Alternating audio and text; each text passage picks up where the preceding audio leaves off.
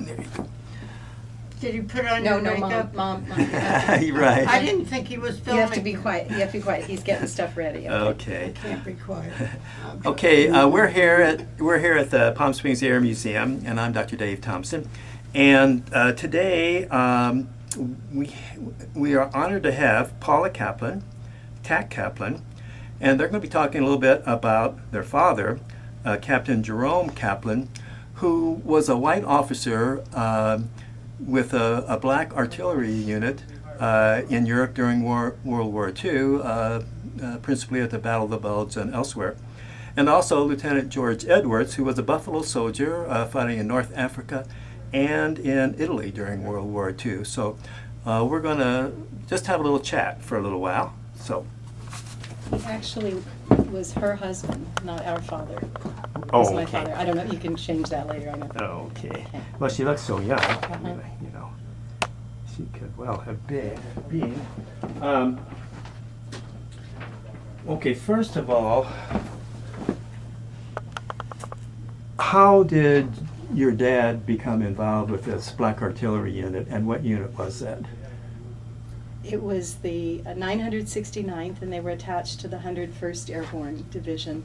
And he was drafted. He had graduated from Columbia University. He was living in New York, and he was drafted.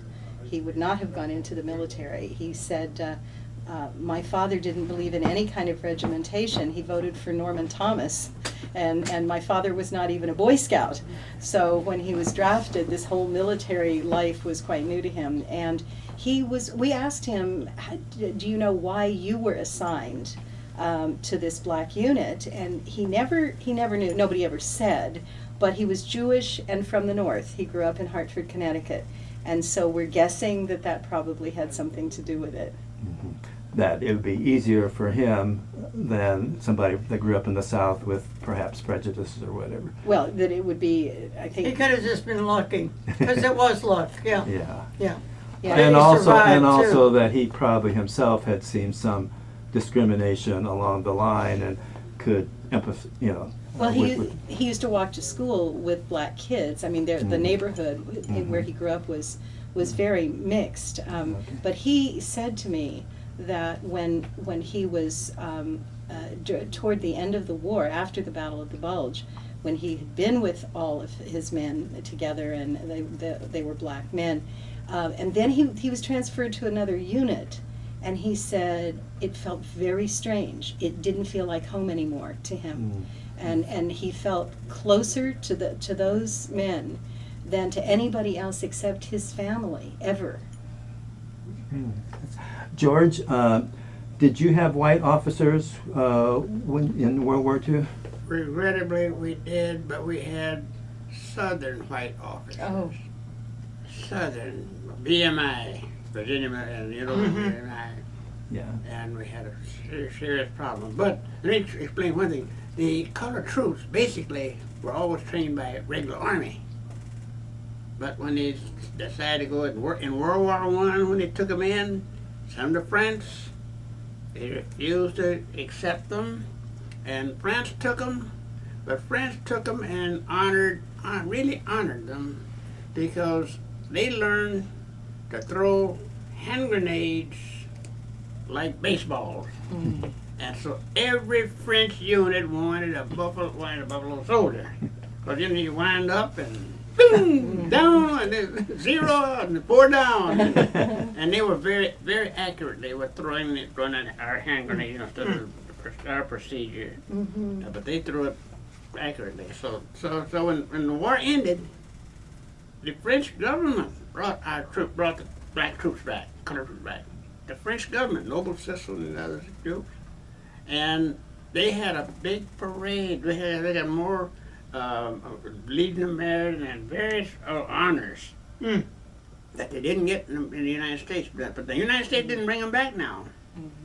I can't think of the name of the World War I leader at that time. Blackjack Pershing. Yes, they didn't want that. So we had the same situation when World War II came in. We were sent to Huachuca and other areas, but the regular forces were trained by West Pointers, Not necessarily the best, but at least they got the training. And the West Pointers learned from the British. They learned from the British. And the British learned from the Watusis. If you recall, your husband said about how the Watusis would line up large forces with their spears, and the British would let them come close, and they would dancing and drinking and partying. So the British relaxed completely, but they didn't know what was going on. But what was going on was that they were digging holes in the ground and planting troops. That's the first force of security, planting troops and camouflaging them. So when they would back up, and the British would come in, and the Germans lost it to the Watusis the same way. But when they backed up, the British troops and the Germans would rush, thinking they were surrendering, but they were coming out of the holes and shooting them in the back, in the front. So that's why we learned in MacArthur and Eisenhower and all those regular Army personnel, trained generals, learned to dive. You don't stand up, you dive. But whereas the Southern officers under VMI, they'd like to stand up. You know, the North Africa and Italian campaign lost more generals out of proportion than any other war because they stood up. And it really wasn't until there was Joe Lewis's manager went to over there to check on one of the battles, and he wrote back and said the black soldiers vanished. They ran or they vanished. They just faded away. They didn't run. They didn't fade away. They learned to dive and dig holes and shoot you in the back. And that was the biggest thing. And until the Korean War was over, 30,000 Americans were killed when the Chinese came across. And Truman tried to fire MacArthur because of the failure to stop the massacre. And MacArthur refused to take the blame because that general who is second in command was General Allman, who was my division commander in World War II, who we had conflict because he wanted us to do fight the same way, but we learned under the regular army to dig holes, dig box holes, and dive, or shoot, and you'd always shoot. And you roll. You follow up. Your husband would always tell you about it. You hit the ground and you roll over because they're going to shoot you where you land. And they'd always miss the shooting by finding something else. So all these things right now, coming like when you're bringing it together, is one of the greatest things that redeemed the colored troops. And your husband was in that position to where he had learned from them the way to stay alive. Although he was in artillery, he still had to dive sometimes, and you learned to dive instead of standing up. You shooting a gun that shoots, artillery shoots 5 or 10 rounds in a minute. You shooting somebody with an 88 that's shooting 500 rounds a minute. There's a hell of a lot more bullets flying in. And so you don't stand up, you dive and you dig a hole and you shoot out. George, tell us a little bit of the history of the Buffalo Soldiers. Buffalo Soldiers were started back in the Civil War, and they had the 2 cavalry units and 2 infantry units. Now the infantry units were 24th and 25th Infantry. Of course, you accepted out of there the 368th, 369th, and 371st. And 370 and 371st were later cadred out from basically the 24th and 25th Infantry. And then the cavalry was sent out, and they cadred out 2 units. I don't know the names of them, but they cadred out 2 units. But they went to Germany. They went to Germany or England. Well, in the cavalry. Yeah. Okay. Well, but back up a little bit to right after the Civil War. Oh. Where did they go? At the Civil War, they fought for the North. and a lot of them left the West, left to go to the West after the Civil War was over, and 8 out of 10 cowboys in the West Black. were black soldiers. Yeah. That's why you go to rodeo, Yeah. and that's where they Yeah. started. Yeah. Why were they called buffalo soldiers to Buffalo, start? it deals with the hair. Now, there's a Colonel Tartan who was a co-pilot for, on President Reagan's plane. Remarked that he said, now look at this. He's a buffalo soldier, but look at his hair. So I told him about a battle that I was in with a German officer. I was an officer too. And he was tall. He looked about like the size of the governor of California. He wasn't a real hero. Arnold. He was cutting at me so fast with that knife, ding, ding, ding, ding, and I'm dodging, Oh. and his ear went by my mouth, and of course I bit it off. And about 50 years later, when Tyson bit somebody in a boxing arena, I got calls and letters from all over the country wanting to know how much he paid me to learn how to fight dirty.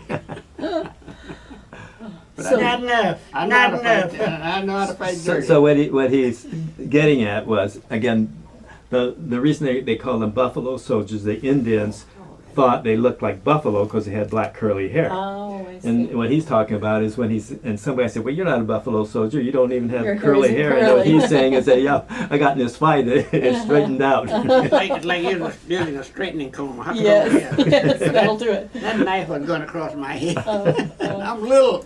Oh, So they were at Fort Huachuca in Arizona, I think, weren't they, fighting? And then you ended up, he went in, maybe he told you, in Evansville, you had how many brothers and sisters? 20 children. Give him 20 children. 20, he yeah. was the you know. seventh, right? Yeah. Seventh son. And 12 so boys and 8 girls. And he went into the CCC camps, and working on different stuff. He built we have a real nice zoo and park, and they did that, stuff like that. So he CCC learned, camps? Well, CCC, Yes. meaning, Was your father was he in the CCC camp I don't know earlier? what that means. Oh, Civilian Conservation Corps. Where he, Yeah, Oh, yeah, oh, oh. Yeah. Yeah. Roosevelt. Roosevelt, part of yeah, WPA and that instigated stuff. it. Was Yeah, Daddy there was in a- that? He did something with the WPA, but not. No, that's Well, nothing to do with. well, that was still one of what Roosevelt said when they took all the money out of the country, when they had to close up and all the money went to Germany. International bankers took it out and went to Germany and Japan and Italy. Roosevelt says, I have one objective. My first objective is to see to it that every baby from the crib to college gets one hot meal a day. Mm. One Now- hard one. One hot meal a day. Oh, yeah. Now, my second objective is see to it that every baby from kindergarten to college works to pay for that one hot meal a day. Mm-hmm. Now, from that situation, you ended up with the babies beating, racing in the school and helping to clean up around, our whole class would go down and with little sticks and pick Yeah. up the trash in the parks, Biscuit Park and Sunset Park and all that. Yeah. But little kids with little nails. But then you had the CCC camp, which took care of the older group, 17 and above. And of course then the WPA came through after that. But it was work. The CC camps and the WPA are a result of the unemployment. Was Situation. terrible because of the depression. That's right. Okay. but what he in the CCC camp, the way he explained it to me, it's much like the military. Mm-hmm. You know, they were in Under, barracks. under Army regulations. Oh, they were. All Oh, under Army oh, regulations, oh. yes. Is that how you got into the military? Yes. From that? From Mhm. that. I wanted to comment on something you said unfortunately our officers were white and from the South. My father told a story about how there were some other officers in, I guess, their battalion, and they were Southern white officers, and at least one of them was just viciously racist, and he got blown up. He died. Oh yeah, they did a lot of fragging. They did a lot of fragging, and he said, and nobody ever said anything about it, but everybody pretty much knew why. Fragging. And most of his men, his junior officer Eugene Jones was from Philadelphia, and had a really excellent education and was very involved in the arts and so on, and was became a professor. But most of the men were from the South and had had very poor education. And after my father died, I thought I'd heard all of his war stories, but after he died, there was this one man that I had written to directly, who was his first sergeant, Sergeant Isaac Pope. And I told him that my father had died, and I said, I'm writing to you because he had so much respect for you. He spoke so fondly of you and talked about how smart you were and you moved up so fast. And he wrote a note and referred to my father and what he did about getting them the vote. And I didn't know what he was talking about, so I called him. And he told me a story that in my father's, all those decades, he never told us, he never told my mother, he never told anybody, that before they were going to go overseas, he found out that a lot of the men had not been allowed to vote in the South. And he said, my father was the most gentle, even person, but Sergeant Pope said, when your father found out, it just about made him crazy.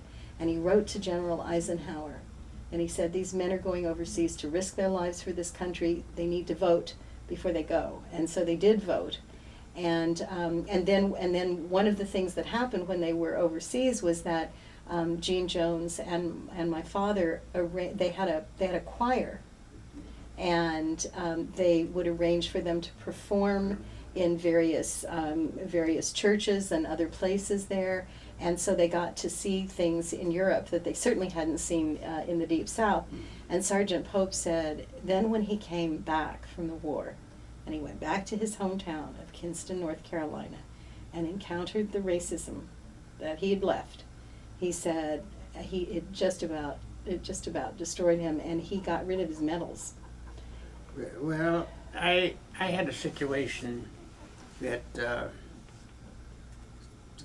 50 of the top colored officers. That was at the time only the War Department orders were, because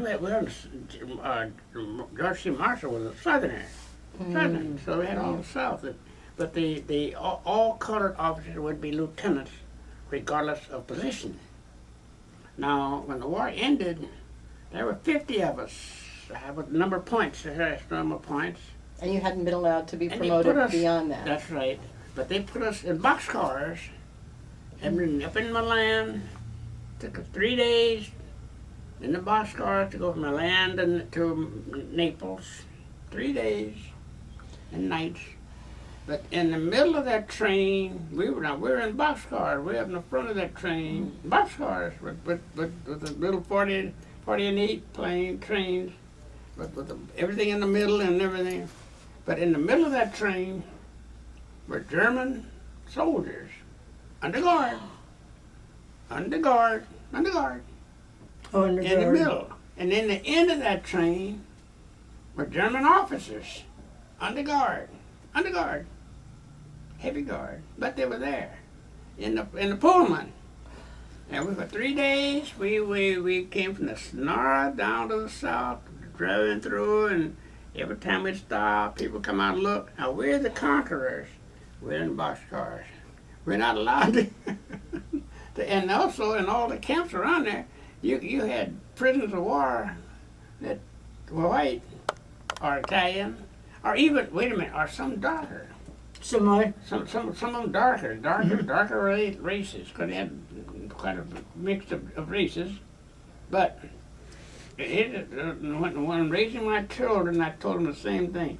Get an education, learn 3 languages, and when you leave the United States, you speak that 3rd language.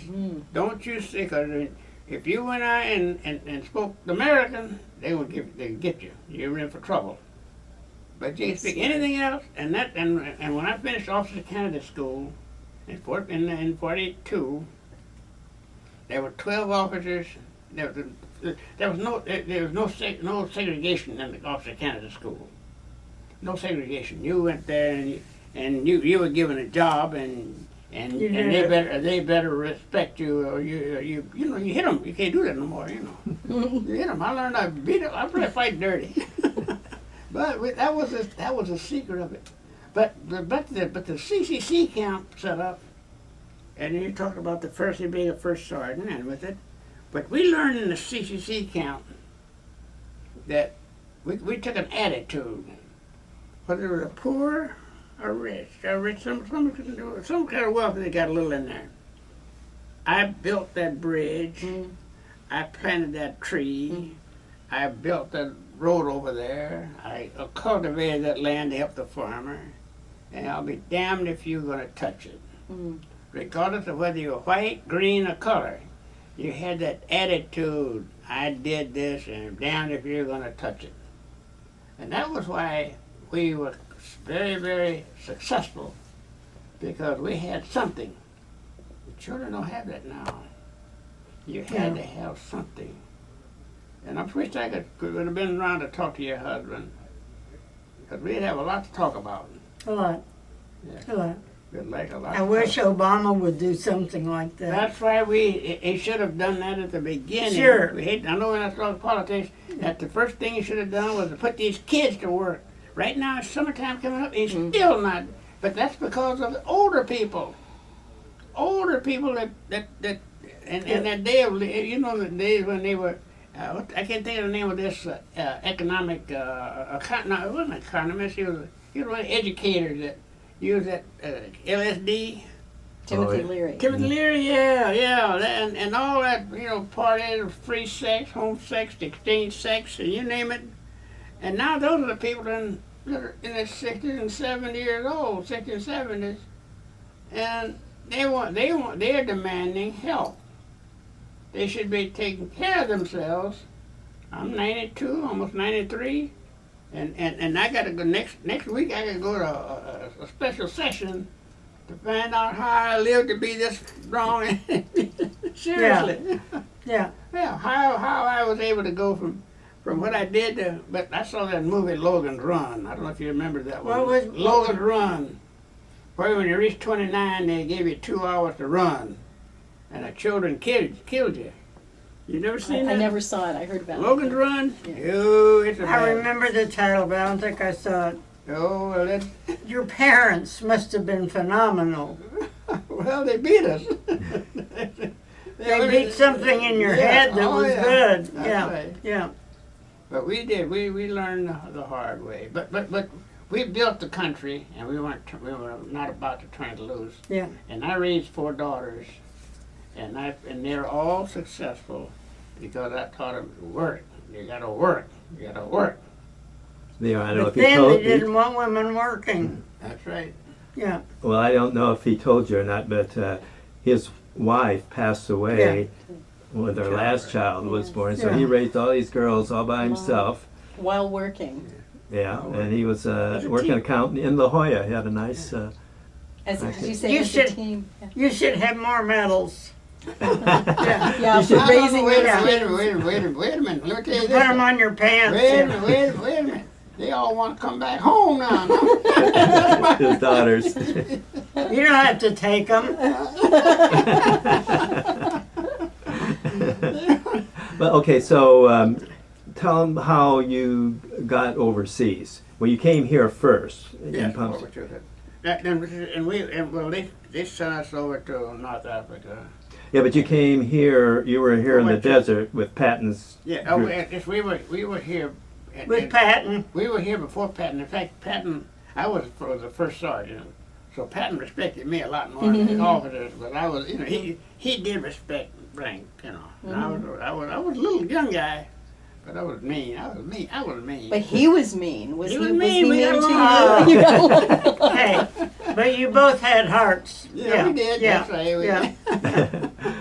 Hey, did you go to the cemetery in Luxembourg where the American soldiers are buried? No, I was. And Patton is buried Yeah, there. I've been there. Oh, boy. I've been there. Yeah. That's something else. Yes, yeah. it is. Well, now they just started about a month ago a movie on Patton, in the desert training, and also in combat. And your husband's outfit I'll explain that to him, and that'll be in a part of the movie. I hope Be in so. the movie. You're going to be in the movie. I'll be in the Who's movie. doing the they- movie? It's a public PBS broadcast Oh. movie set up. It's a what? It's public PBS. broadcasting. A documentary sort of a Documentary. thing. And they contacted the Air Museum and didn't know if we knew anybody that had been out here during that time. So I gave them George's name, and they came down and spent a long time with him. And so it's going forward. And the museum it will be listed in the In the statistics. credits. I made damn sure of that. So you were here training, and Yes. then what? Well, we learned how to live on a quart of water a day before Patton. We know how to do it. There's a little trick. He was out here before, Pat. He said you were up in the mountain We covered guarding it. the railroad. But we had 7,500 troops in here, covering the same area that Patton brought 2,000 men in, and trained 2 million men. Where were you trained? Here. Here in California? Well, he- No, He was in Oh, Arizona. oh. That's where he did his training. And then they were sent here. His first duty station was here, right after Pearl Harbor, to protect the train, because people thought that Japs were to come, take the train, go to So Indiana. And when you say you came here, where exactly? we came from Fort Huachuca, Arizona. to- We guarded the border Right to to Needles, to California. Needles. Okay. And our headquarters was in Needles, but we Uh-huh. took over this area. We took over the Boulder Dam, Parker Dam, Coachella Valley. Because they were afraid the They were Japanese afraid of were going to Japanese, bomb yes. the. The Boulder Dam was Right. a big problem, but we Uh-huh. had that. And Parker Dam, we had another big situation, big waterway. And then what happened between here or Needles and getting overseas? Well, they got us on. You shaped him up? Oh yeah, we shaped them Oh, I up. bet you did. You're so mean. Yeah. Patton learned a lot about how to let them live using foxholes and also living with water. And a lot of men, if you fell out here without, they didn't let you go. They did not stop to take care of you. Uh-huh. You had to learn to have that discipline. How do you live on less water? The secret was Yeah. that you went to the mess hall at breakfast, you loaded up with had a regular meal, then you stopped and as long as that there was a water lister bag, just about like that counter there, you could stop and get water as long as you were in that mess hall area. So we learned you stop by, get a cup of hot coffee, and a cup of cold water, maybe 2 cups of cold water, and we learned this in the CCC camp. And then you take off. By the time you hit the boys' room, you unloaded, and then you still had about half an hour. Then you'd go back to the lister bag to pick up your lunch, which is ate breakfast around 4 or 5 in the morning, and they give you a sandwich and an apple or fruit, some other fruit, and you didn't get anything to eat until 11 o'clock at night, but you walked. Mm. So you just took care of yourself, you cleaned yourself out, you went back and loaded up with water, and all day long you'd have a little problem with water, and no problem. So you learn to live on that 1 quart of water they gave you to take a shower and eat and shave. And But when you got over to Italy, you didn't need water so much because you had something else to drink, didn't you? well, that's grappa. Grappa. It's Was it good? Oh, watch the movie, The Story of G.I. Joe. The Story of G.I. Joe. I'm not sure. Did you join or were you drafted? I joined. What? Well, I joined because I knew that I was born on October the 17th. See, but now if you were born on October the 16th, you had to go to the draft. I could have waited 1 more year, but I knew that with my experience, Your I better luck. get the hell in there now early, and it worked. It worked out. It worked out. Why did you want to get in early? Because I knew that with my experience, I could control things. If I waited until one more year, Oh. I wouldn't have gone up as fast as I did. Advanced and Yeah, yeah. But You wanted to get away from your kids. you didn't 20 have children, they weren't missed. I wasn't missed. his 20 You, brothers you and didn't sisters. have, but you didn't have children at that No. time. You got, No, I you got- had the children after. I got married, and while I was after I made, you had to be a staff sergeant above to get married at I that didn't time. know that. I didn't know It that. was court martial you if you were and you got married on the Oh. outside. Oh. But you went to, but I made staff sergeant in February, in March. Well, you couldn't afford it. Well, I know it was $18, but when I made staff sergeant, I was getting $24 a month. And then when I made staff sergeant, staff sergeant I made $72. But then I got married, and then What year was that? 1942. 42? And didn't your wife get something? Yes, she got we had a living allowance. Yeah, yeah. Yes. But those, and now the worst part about my setup was when Pearl Harbor, I'd made first sergeant. But my first job was gathering all the baby buggies. They commanded all baby buggies. But we didn't have any rifles, any machine gun nests or tanks and all that. So I had to command all baby buggies.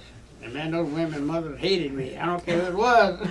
What They were- did you do with the baby buggies? we took stovepipes and wired them on the Made tanks out of them, pretend tanks. made equipment, like little artificial, like an anti-tank gun or a mortar or whatever it was with a motor.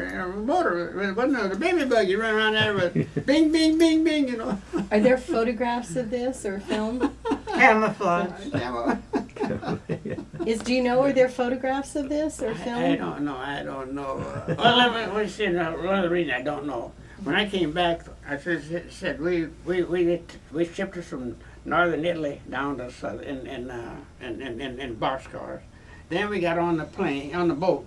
So the wax stopped us when the war ended, so they couldn't bring us back. And then pregnant nurses and just all around women basically. So we came back on Liberty ships, but we got orders to go home for 30 days. For 30 days. You had 30 days.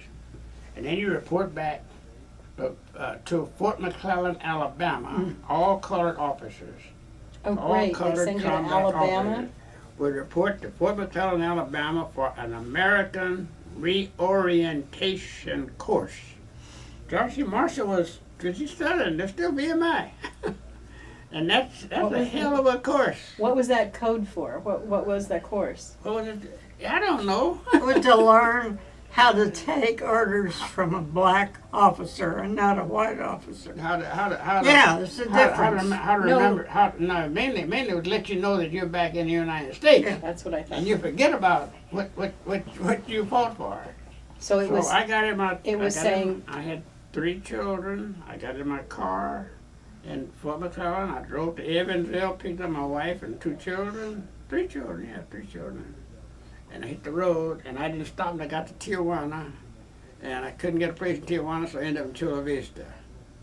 That So was you very nice. didn't go to the, what was it called, re-education camp? I went to it. You went to it, and they were basically saying what to Oh, you? it's just letting you know that you're back in the United States. Don't and- forget you're black. That's right. You're back in the United States. All Sar- colored combat officers. Okay, Sergeant Pope, the black man who was in my father's unit, said that when they got on the ship to come home from Europe, that they divided them into, they asked them, you going north or you going south when you get home? And they divided them up that way, and they had them on the ship separately.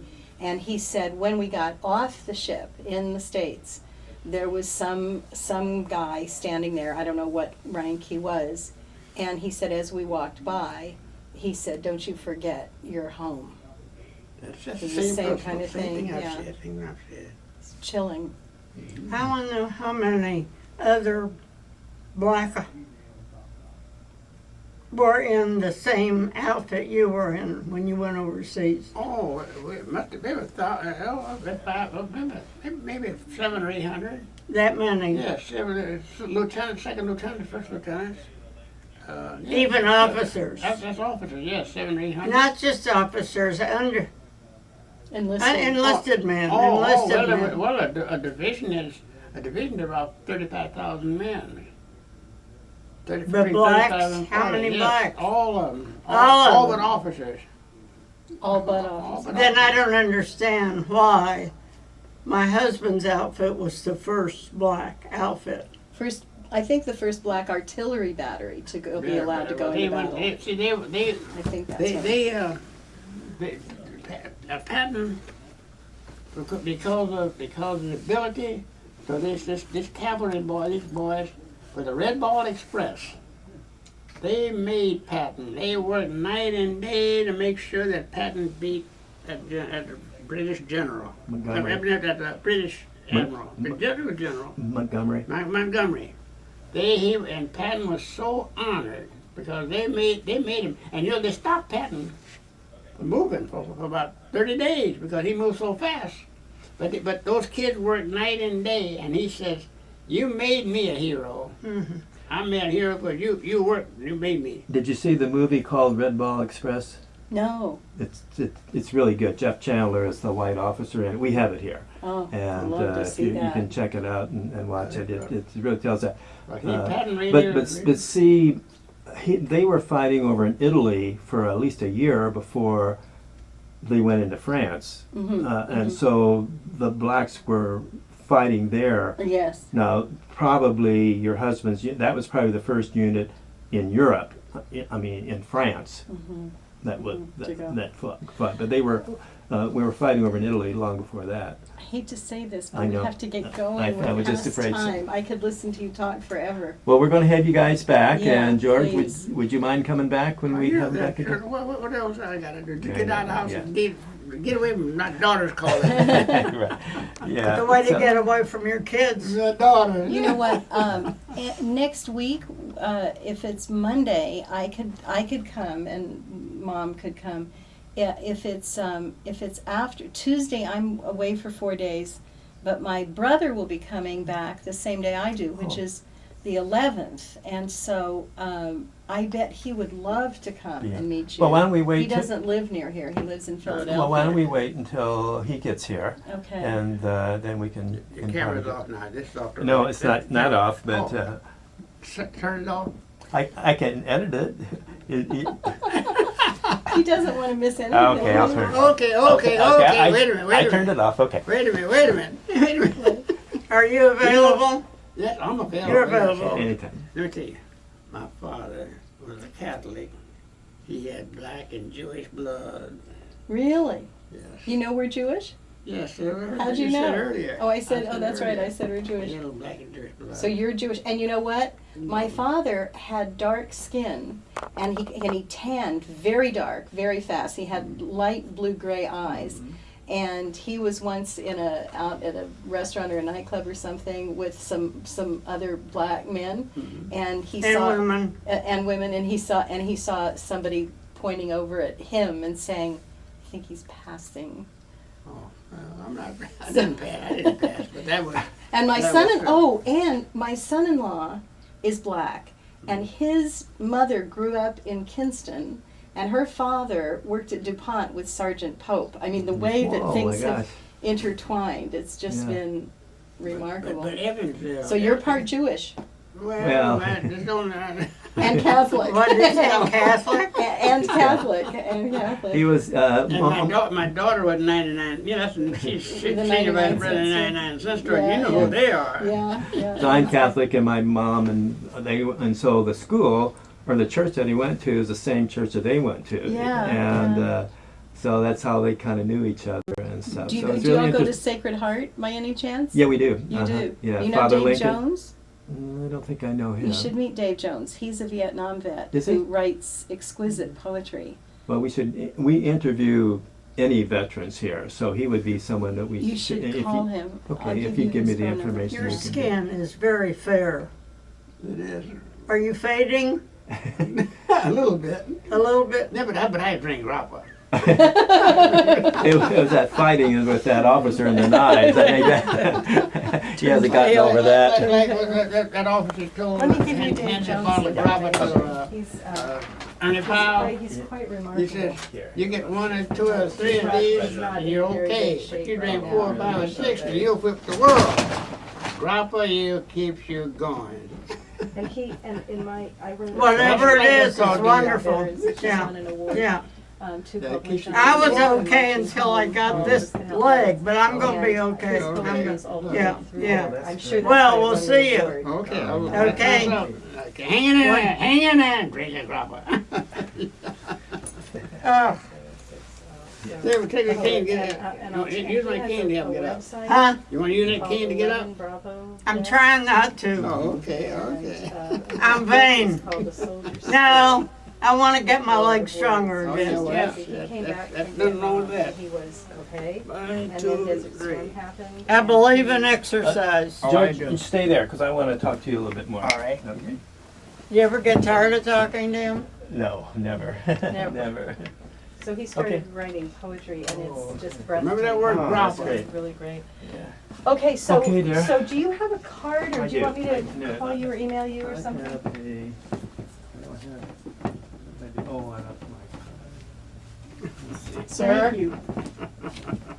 An honor. That's Thank quite you. all right. Thank you so much. Thank you so much. I look Remember that forward to word, seeing you again. grappa. Yes, Yeah. yes. How about limoncello? Oh, no, the grappa's better. Grappa's better, But we okay. couldn't get that. We couldn't afford that. It's expensive, yeah. Okay, we will see you again soon. All right. Thank you, sir. I'll really into work.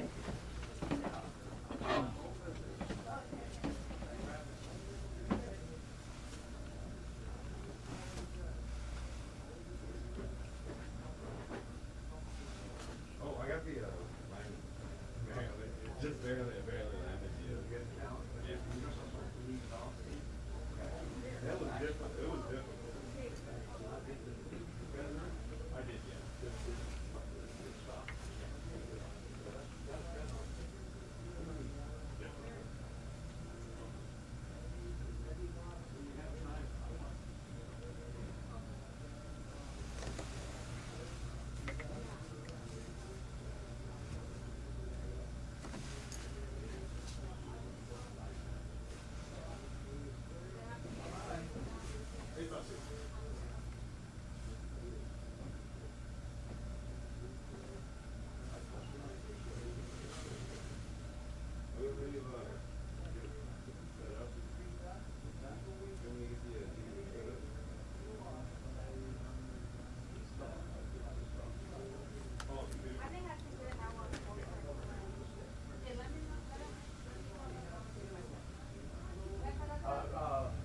Sal, you see, you can see the video of this video? Yeah. Okay, come here. Have a seat here. Wait, let me set it up. No, yeah, I see it. This is my family right here.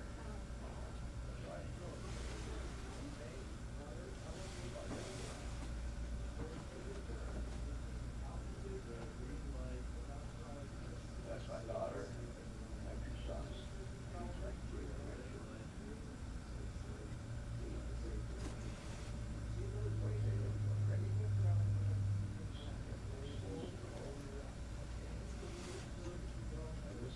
This is really hard to fix. They need this.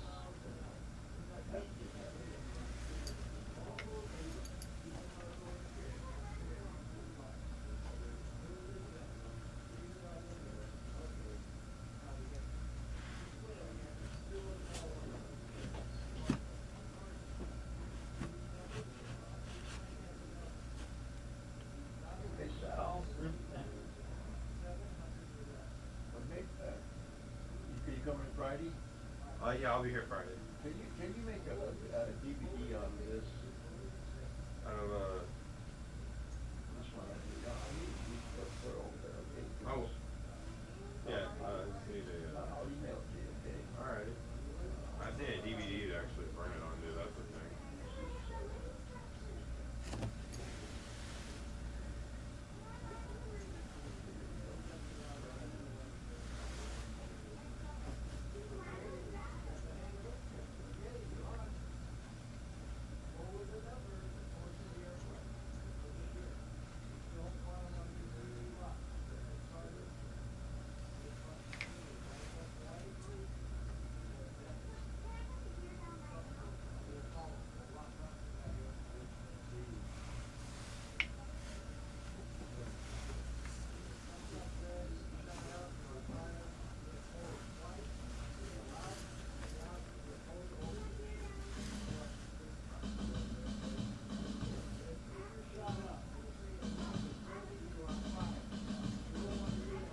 celebrate National Hispanic Heritage Month, the Conservative Hispanic Society would like to tell you a story. A story about a man that you probably never even heard of.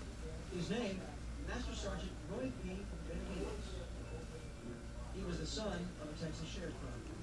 He was abandoned at the age of 10. He only attained a 7th grade education, and because of that fact, Mr. Benavides endured insults that were tantamount to calling him a dumb Mexican. Well, he was anything but that. He was intelligent and patriotic too. In fact, President Ronald Reagan said this about Benavides, quote, "If the story of his heroism were a movie script, you would not believe it." Get us out of here, for God's sake! Get us out! The year was 1968. At the end of the year, a Green Beret outpost puts out a call for help. A 12-man patrol was surrounded by a North Vietnamese battalion. Armed with only a knife and a medical bag, Master Sergeant Roy P. Benavides rushed aboard a helicopter. Okay, George. Oh, we did all right. Oh, that was great. Yeah, that was really interesting, huh? Now, what I want to do is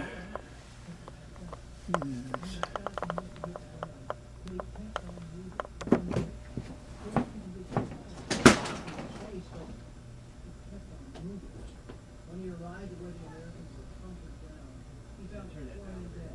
Arrested by the court. Then he got to work outside.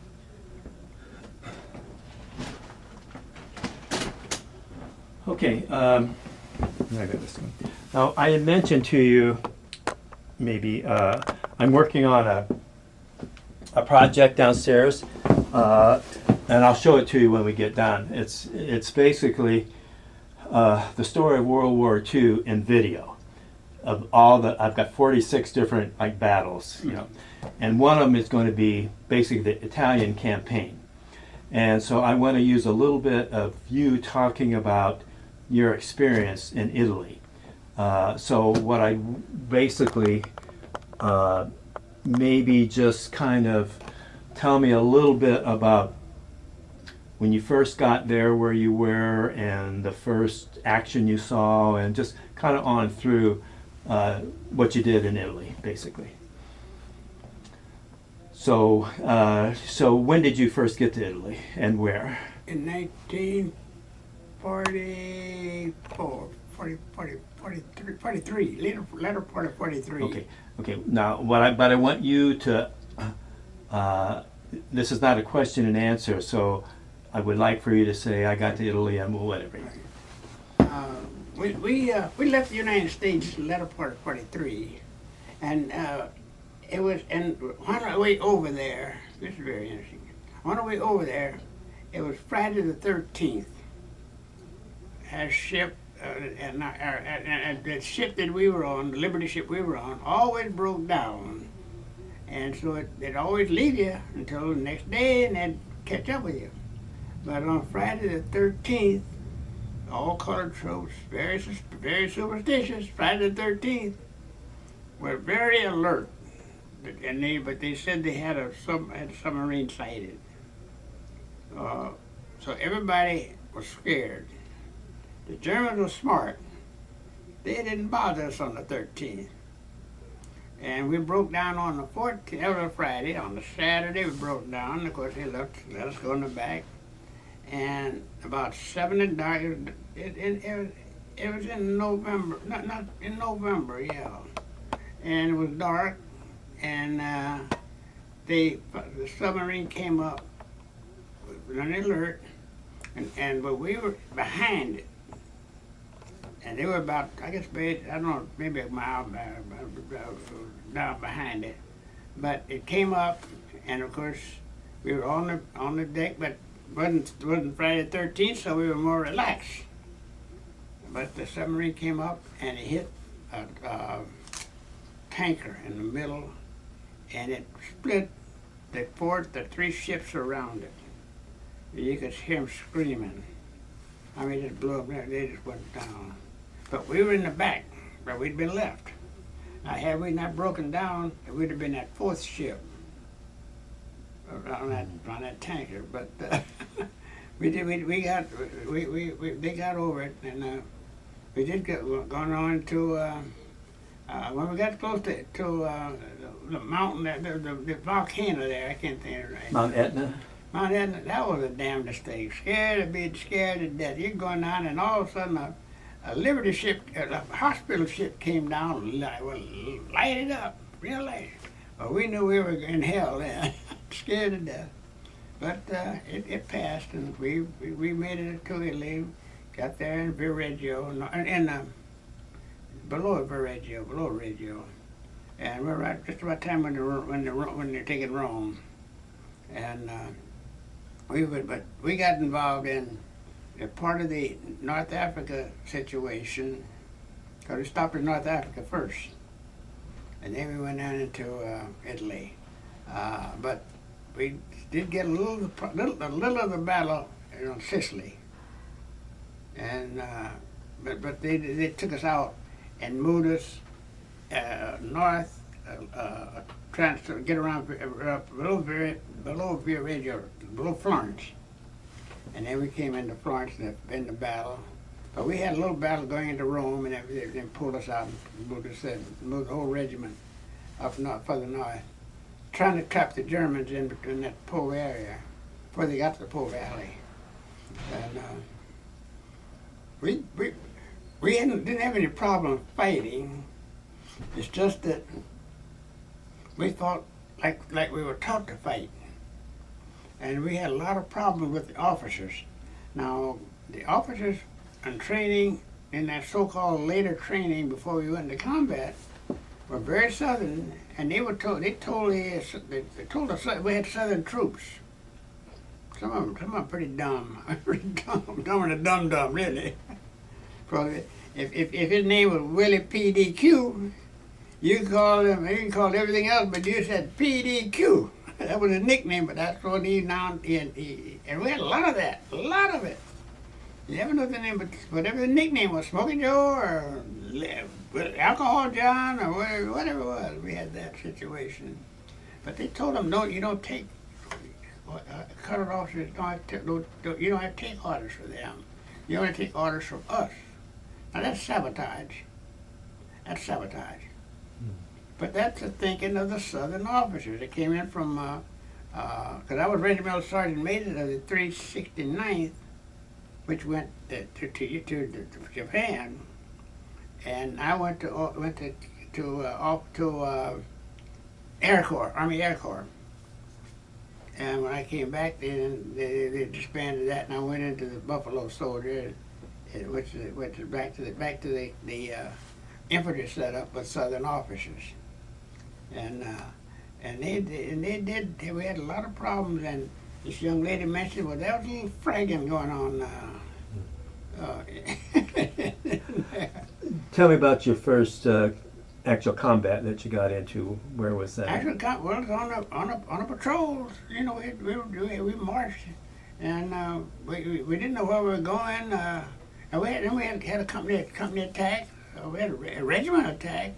We had about three regimental attacks, and I was on the staff most of the time until I worked as adjutant, assistant adjutant, assistant in intelligence, and also S1, S2, S3, and S4. Right. So I had experience from the staff attitude, but after I reached that point to where I couldn't have gone any further unless I got 30 days of combat, of field training. And that's where I got my butt kicked. I followed the rules of the book. I went to OCS. I followed those, and they didn't follow that rule. They fought dirty, and I learned to fight dirty again. It's easy for me to learn. And well, tell me about some of the fighting that you did. Well, it's. Tell me about the weapons that you. Oh, we had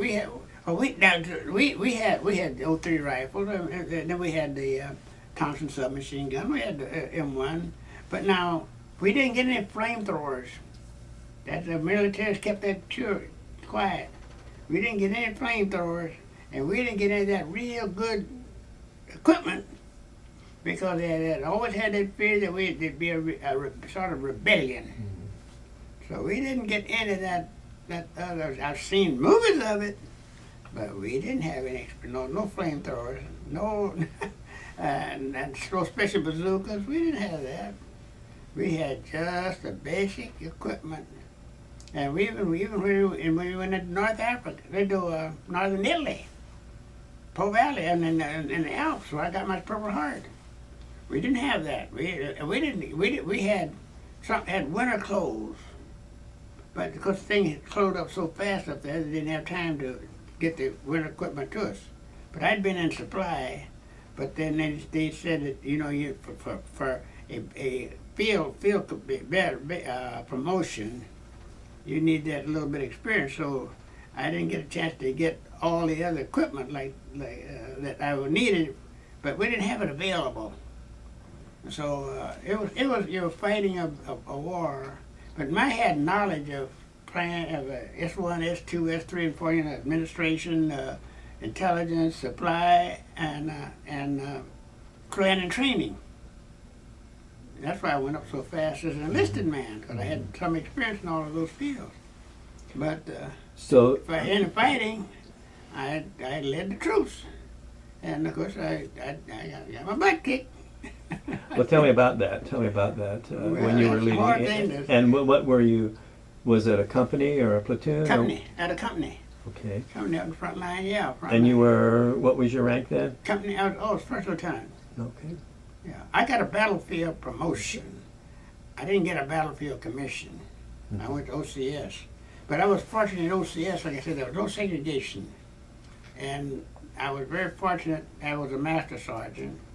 And the governor of South Carolina took a leave from the service and went to OCS. And he was always the company commander, and I was always second in command. He was a captain, I was to be a lieutenant. So I learned to deal with any race. Any race. When you go to OCS, they let you know. You take whatever, no matter what the color is, if he's your company commander, you do. But so that's why I was able to maneuver so much. But then, of course, as soon as I got my Purple Heart, as soon as I got my spine fracture, then they wouldn't let me come back. But they held. See, we had time in. I had ratings high enough to for the officers. If you had been in grade over a year, and the war ended, they automatically, when you got ready to leave, they promoted you one grade above. But the colonel officers had to go to Fort McClellan, Alabama. Right. And when you go to Alabama, I was very satisfied. I was a top notch, very, very satisfactory. But they did that to knock you out of getting that excellent rating. Yeah. Okay, so when you're the company commander, the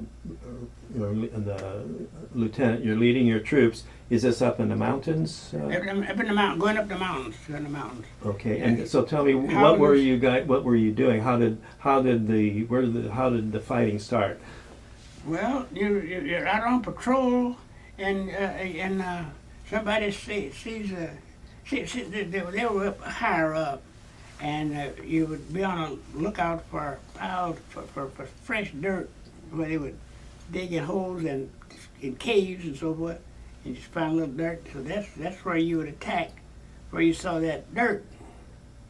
But of course, then they learned to throw that dirt out and they come and build a house, a position closer by. But you just patrolled and you fought. They make you move 15 to 20 feet, 15 feet or 20 yards, and they stop. You go to that point and you stop, and then the next day you start again. It was a little bit of fighting about, let's just say 60% of the time, 70% of the time. The rest of the time you were digging holes or preventing your trip. See, we weren't allowed. We weren't in the army then, in the battle then, to win the war. We were in the battle to keep the Germans from leaving Italy and going back over the mountains. We would get them in and start a fight, and then we'd drag back up to keep them down, spread out. Because if they were trying to get back, so they get across that mountain and go back to Germany. And so we had it's a different battle, different type of battle. You just learn to fight, just to stir them up and let them know, and then you come back. Or they would chase you, and you chase them. We got to where we got along pretty good, you know. You leave a bottle of beer and a lot. And they had Canadian clubs. They had a lot of that. The Germans had a lot of that down there. I don't know how they got it, but they'd always leave. And I know when we chased them, they'd always leave. You know, tell me the circumstances and about how you got wounded, and also about that fight with the German officer and stuff. Well, it was on getting that big wound. We were out on one of the special island patrols. We were looking for a place on the Chinquali Canal to make the big advance. We're getting near the end of the war. And we were looking for a place in the Chinquali Canal. We're looking for one little spot where we could hide a platoon, or maybe two platoons, not two platoons. And I drew that patrol going out there looking for that spot. And but no knives. I mean, no guns. It's all silent. And the Germans had a patrol looking for knowing something was going on, because they fired a lot of artillery in that area, and then all of a sudden they stopped. So they sent out a silent patrol. And that means you don't shoot guns. You don't have any guns. You got your cap on. You don't have a helmet. You got a cap on and a knives. And knife fighting that's a bunch of bullshit. My wife marked up my clothes so bad, and she told me, if you ever get fresh with me, we're going to do some Tennessee wrestling. And Tennessee wrestling is where you tie your hands to another opponent's hand, and they give you a knife. And they fight like that, even to this day. That's Tennessee wrestling. And she marked me up, so I kept trying to tell that German, he spoke good English too. Well, so how did you get in contact with him? Well, we caught him in a cave, a couple of caves, real close. He had a company, so you got about 75 men. Yeah, about 75 men that were in that setup on each side. That's a lot of men to be wielding knives at people. So you don't know. It was going to get there, but it was a knife situation. A lot of screaming, but no guns. So I got it, and because they said when I bit his ear off, I went down on the ground. I was out, and they said, "You bit." They showed me the sign of his ear. I spit it out, but I mean, he was on the ground. What do you do? Tell me that story, because tell me, give me kind of a blow by blow of the fight you had. That's hard to say, Doctor. You don't know what he was bigger than me, but he was a company. He was in charge of patrol, just like I was, and everybody split up and started fighting. You take part. And he was bigger than me, and he was, because I had on heavy clothes, and he was whacking pretty hard, and like I said, straighten out my hair. That's not true, but I always say that. Because that knife was going across my head. That's all I could hear. I still hear that noise every once in a while in my sleep. Ding, ding, ding, ding, And he was cursing in English, calling me some bad names. He knew the Southern language, and he was determined to let me, that I wasn't going to come out, and I was determined I couldn't run. And we just got to swinging, and all of a sudden, this thing, and I grabbed on his ear, and he shook me like how you shake a chicken in the old days. He shook me quite a bit until I got to him, and I hit him, hit him with my knife, and he went down, but he was screaming. But he had 3 children too. That's hurt there. 3 little children. And but what do you do? It was just a case of my luck. It was just a case that when I saw that ear go by me, I just grabbed it. I would have grabbed anything. I'd have run if it'd give me a chance. But you can't run like things like that. Because you just don't run. You can't run. Because they get you run, they'll kill you. I mean, you just don't run. I don't know what the hell they do. It's just that maybe it's just that ear was the only thing that I could see to grab on. And I bit, and they finally pulled all my teeth. They wouldn't pull them for years because that was the only make that story that I bit that teeth. But that's the way it worked out, and of course then. Did you get cut up any in the fight? I got my clothes were cut. My clothes were cut. I didn't. I may have had a scratch or two. I mean, I know that wasn't the thing. The thing was that biting that ear off and having to spitting it out. I don't need any gristle, and I still have nightmares about eating tough meat. But that was fighting, and even when I got my hit with a shrapnel, got my spine broke. It was of the same battle. Just luck. I hit me, and I went flipping in the air, and of course there in Europe they had in the battle in the hospital, general hospitals, they had scanning machines, but not in the VA hospital. And see, with that remark by Joe Lewis's manager, that went back to San Diego. San Diego's a southern town, Navy, Marines, and they all had that attitude that we didn't fight. I had a Purple Heart. It took them 50 years to get the battle. They had to find out the battle and the personnel, the whole ball race, because Joe Lewis's manager said they did not fight, they ran. So an artillery round landed Yeah. next to you or close to It was not a concussion grenade. Concussion grenade. Yeah. I just turned me right over and it's fractured my lower spine. But it wasn't a fragment. It was a concussion. Okay. And so you had to go in the hospital then? Yes, I spent 3 months in the hospital. And in fact, the telegram that first came back to my wife, who had just delivered a baby 3 months before that. And my little baby was 3 months. That I'd been was missing in action. But the partisans, the partisans, had spotted me and taken me out. Oh. And then they took me to the hospital, and we went to the hospital. In fact, we were considered dead, and because it was up in the Alps, the northern Alps was cold anyhow, we were frozen, and they threw us over the corner, and the Germans counterattacked that hospital. They killed about 200 people, and of course when they left, they didn't touch us because they thought we were dead. And it was when after they had counterattacked and taken it back. But the fact that they were running around cleaning up a little bit, and they walked along, they kicked a few bodies, and if you pass gas, just by kicking, they kick you in the foot, lick your leg. Pass gas, and they pull you out and check because you still have some sign of life.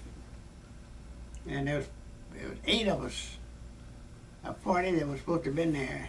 8 of them they were still alive. And of course that gas here, that bad gas, because you've been in there for 2 or 3 days. Was that the only wound that you had? Yes. But I got one other wound, but I didn't count it because I was diving and I got in fact, I spent $10,000 looking for that bullet with my grandson down at Pietrasanta. But no, that was just a laugh. That was a laugh joke. I mean, but I was diving and I went in. It hit my butt. It damaged more my shirt, my pants than it did. Yes. That movie, Miracle of St. Anna, Yes. was that in more or less some of the areas that you were in? Yes, it was. Yes, it was. Yes, it was. Around northern and central and northern Italy. Mm-hmm. Yes. And I haven't watched all of it. Was it in there during the summer or the winter or both or We what? were summer and winter. Uh-huh. It was, that's in the winter. In the winter, is when the Germans was toughest. But they were trained for that. Now see, and in the battle that we were in, it was 10th Mountain, the 34th. That was 10th Mountain was Bob Dole. 34th was George Mitchell. 442nd was Harakawa and Okanda and Kawasaki. Two but and at one time between January and May, when the war ended, all four of us were in that 33rd General Hospital in Italy. But they was you didn't know who they were. I didn't know who they were. But Bob Dole was the second lieutenant. I was the first lieutenant. And where was that hospital? In north of Viareggio. Okay. North of Viareggio. Yeah. It's a big hospital. 33rd General. I It's interviewed so close to Milan. Was it? Yeah. I interviewed a lady, and she's a nurse, and she was kind of in charge of one of those big hospitals, but I think the one she was might have been in Rome or Leghorn. I think one was in Florence, Leghorn. I don't know. if you- Leghorn. Yeah. Leghorn's where, yeah. Is that where you were? Mm-hmm. Really? Leghorn. Oh, well, she was probably there at the same time. I have her interview, and I'm going to use her interview for part of this too, with the nurses, and stuff like that. They were great people, great. Yeah. But we got bumped. We were supposed to come back home on because we had the highest number of points of all the units there on hand. And the pregnant officers to come up because those gals were getting pregnant. They were Yeah. to get out. Yeah. And we sit up in Manila in Milan for a month, waiting to. We were supposed to come back, and then we were supposed to come back on the West Point, and the president, the waves and the wax, got that flight back, and then we were supposed to come back on the big ship. I can't think of the name of it. It's a big troop ship over there. It wasn't the big one, Yeah.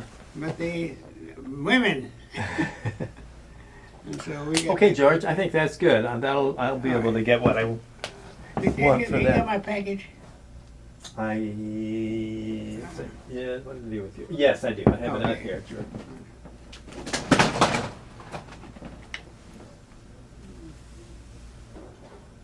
Yeah. Okay. I sure appreciate it. Oh, you're welcome. Well, thanks for doing all this. 1, 2. Okay, today is 25 June, year 2012. Again, I'm Dr. Dave Thompson, and we're kind of picking up our interview where we left off some time ago. Joining us today, in addition to TAC, is her son Bruce and his wife Judy. And so, tell me again, Jerry, he was born when? 1918, On June 23rd. June 23rd, Yeah. 1918. And we talked about the last time about his experiences in World War II and all that. And so what I want to talk a little bit about you, Tack. You were married for how many years? 66. And And the anniversary is January 17th, yeah. so January 17th, what year were you? I think it was married? 41, 42, 42, okay. yeah. Yeah, I think we did talk a little bit about that. But what I want to know now, Tack, is when and where were you born? I was born in Springfield, Missouri in 1923. And what They was had my birth certificate down as 24, but they're wrong. I was born in 23. And I've lived all my life there, except when I went to college. I went to the University of Oklahoma. Oh, okay. I was only there for a year, and then I met Jerry, and we got married. And when he went overseas, I went back to Springfield, and I went to the university in Springfield and got my degree. Yeah. But you didn't tell me when your actual, if you want to get up that way, you can see a little bit better. You didn't tell me when your actual birthday is. What? October 1st. October Yeah. 1st, okay. Yeah. And, I'm a Libra. And Rush Limbaugh has a copy of her birth certificate. oh, is that right? Rush is from Cape Girardeau, I believe. I think so. Yeah. Rush was from Cape Girardeau in Missouri, I believe. Um,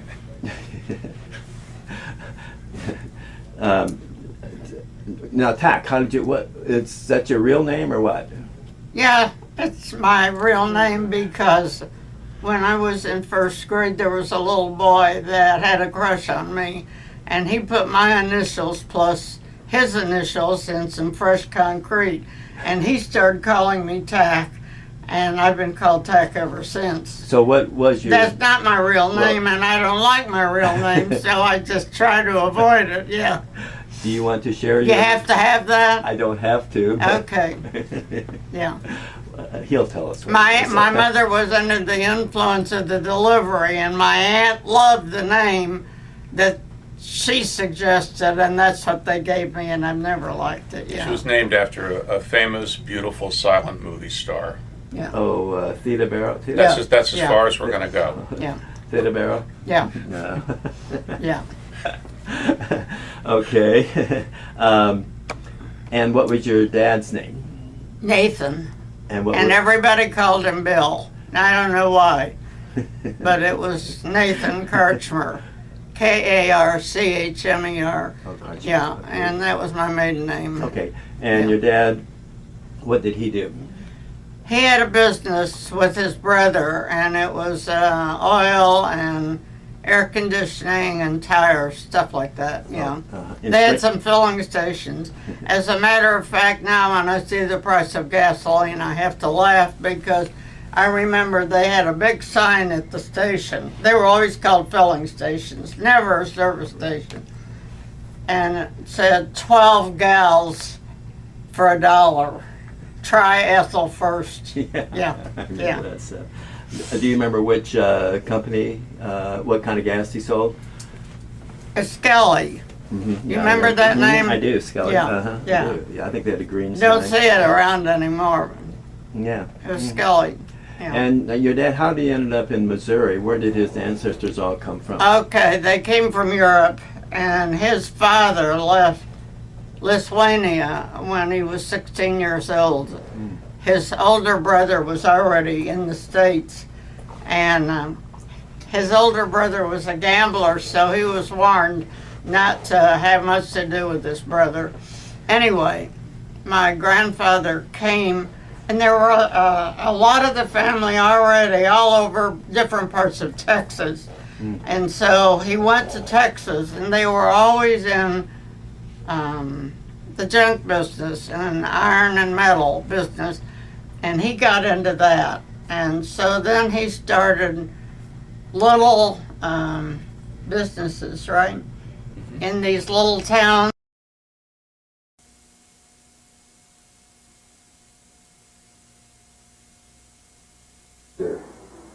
Several months ago, who said she was teaching World War II history to her class in school, and they had come to the story of the Battle of the Bulge, and she tried to find who might still be available who had been there at the Battle of the Bulge.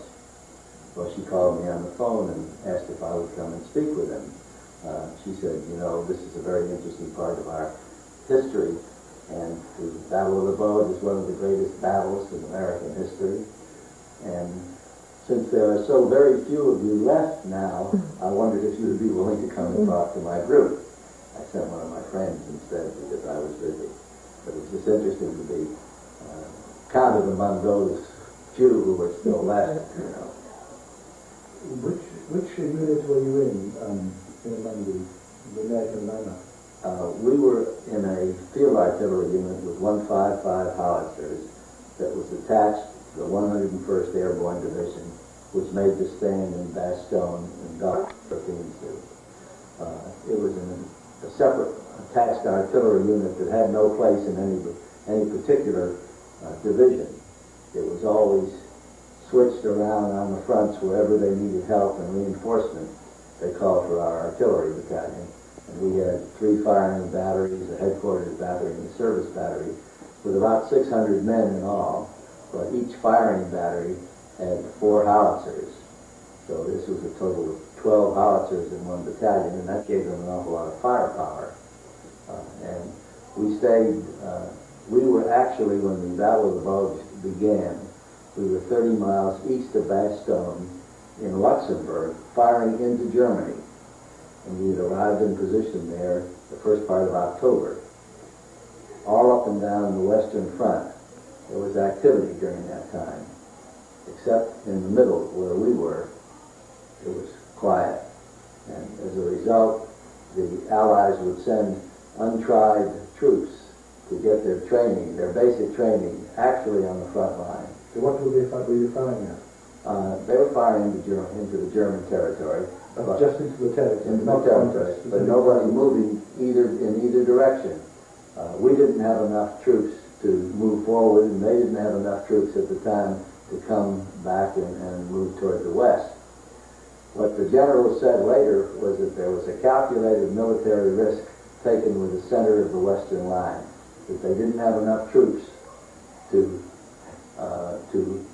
move forward, and they had activity north and south, and this was just an area where there was inactivity for 2 months. What apparently was known but not acted upon was the fact that the Germans built up an entire army during that period of supposed inactivity, and some of our people knew it. As a matter of fact, one of my good friends who was a forward observer reported back to headquarters that there was a German buildup of tanks and troops, and it was never acted upon. And of course, as the brass said later on, this was just the risk we had to take there, but they took it with the lives of the GIs. And in retrospect, of course, they knew that they had made a mistake, but it was never really publicized very much. But we had a colored artillery battalion. It was called colored in those days, and now, of course, they call them black. But at that time, the colored soldiers were supposedly ones that they usually used in the services, in the supplies and the construction engineers, not the combat engineers who were up on the front lines because they were afraid that these soldiers wouldn't measure up, but building bridges later on and supplying the troops with food and ammunition, running the trucks, driving trucks and all. But we had a combat unit, and we passed our tests in the States with really with flying colors, and so we were put into combat. In fact, we arrived in Normandy about 30 days after D-Day, and we spent the rest of that whole period until May 8th in combat. We were out of combat at all. And our troops really measured up. We received the Presidential Unit Citation for our efforts during the Battle of the Bulge. And that's one of the few things we were given by the services. We had an occasion during the Bulge where we had just a few white soldiers, GIs, come to us and ask if we could join our outfit, because they said the rest of their people had been wiped out during the night, and they didn't have any commanders. They had no one to take charge of them. They had no one to feed them, and wondered if they could join us. And at that time, of course, all of our soldiers were colored. All of our cannoneers were colored, and the only ones we needed, where we needed help, was at the guns, because we had lost some men. And I said, if you want to go down with the colored soldiers, join them, fine, we need help. There was no question about color or race there. They joined, and we had what I said was the first integrated unit in the American Army. Whether or not it's true, I don't know. But they actually fought, and at one particular time when we had no place to go, they had drained the ammunition, the gasoline from our vehicles, because they said, we're taking this because you can't go anywhere. And we put our men in position in foxholes and trenches, awaiting the enemy coming at us. And our black soldiers performed as well as any white soldiers. And I saw white soldiers running, as a matter of fact, through our position. We stopped them, and we had them join our group. But they were just as brave as the white soldiers. And of course now it's a different army altogether. The majority of the soldiers in the army are not black. So you were given orders, as you were saying, to withdraw to the west, to Boston. We received orders what had happened to us. We sat in this position in Luxembourg firing into Germany, and we were in that position for about 2 months and expected to spend the rest of the winter there. So the result of it, since the position was pretty badly beat up, we were told that we could build log cabins a short distance away from there and get set up for the rest of the winter. So we would take the men back during the day, build the cabins, and we did this for a week or two until we actually built some log cabins for ourselves and for the men. And we moved in there on the night, or on the afternoon of the 14th or 15th of December. Sometimes I'm off one day. And we expected to stay. And about 2 in the morning, we received a telephone call from headquarters saying you are to be in position, ready to move at dawn. And it was a shock. We didn't believe it. We said, what do you mean, move at dawn? We just moved into this position. We're supposed to spend the winter here. They said, that's an order from headquarters. So under cover of darkness, remember, this is all blackout now. You don't turn lights on. You use very tiny lights on your trucks. The rest of it is all done in darkness. You had to get your guns, which were in position, and couple them up on the trucks. And you had to get all your supplies and everything loaded up and all the manpower loaded up so that at dawn you were ready to move. But we had no orders as to which way to go, just be ready to go, because they didn't know where they were going to send us. And as a matter of fact, for the next 2 or 3 days, there was complete chaos. No one knew where to go. We would pull off to the side, waiting orders from some higher command telling us which position to go to. We had one case, I'll never forget this, because this is probably my most emotional moment. We were in a position firing, and we got a march order, because supposedly the enemy was approaching us, and we were not supposed to be right on the front lines. We were supposed to be back maybe several hundred yards from the infantry, firing over the infantry into the enemy territory. Well, we got a march order command because the enemy was driving the infantry back, and the infantry was coming into our positions, and the tanks were supposed to be coming up to where we were. Well, I got 3 of my howitzers out, and my 4th one, even though the ground was frozen, got stuck in the mud below the ice. We couldn't move it. And my whole crew had left except my one Jeep, and I had a driver in it who was black, who was turning white, waiting for me. And I had 3 or 4 men trying to couple up this howitzer and get it to move. Well, we would couple it up, but the truck wouldn't pull. Well, they teach you, if you can't move a gun, take the sight, because without a sight, this is the thing they determine the distance and all and direction. Without a sight, howitzer's no good unless you direct fire at somebody, you see. Well, all I could do was take the sight off, and we finally got our men. I got with many men as I could on the truck, a couple on the hood, on the Jeep, and we pulled out. And I'll never forget, because I was practically in tears. I was so mad, thinking I had to leave this thing. Well, we pulled back on the road, and I joined my men, and we were there waiting orders. We didn't know the tanks pulled into my position when I pulled out. We stayed there.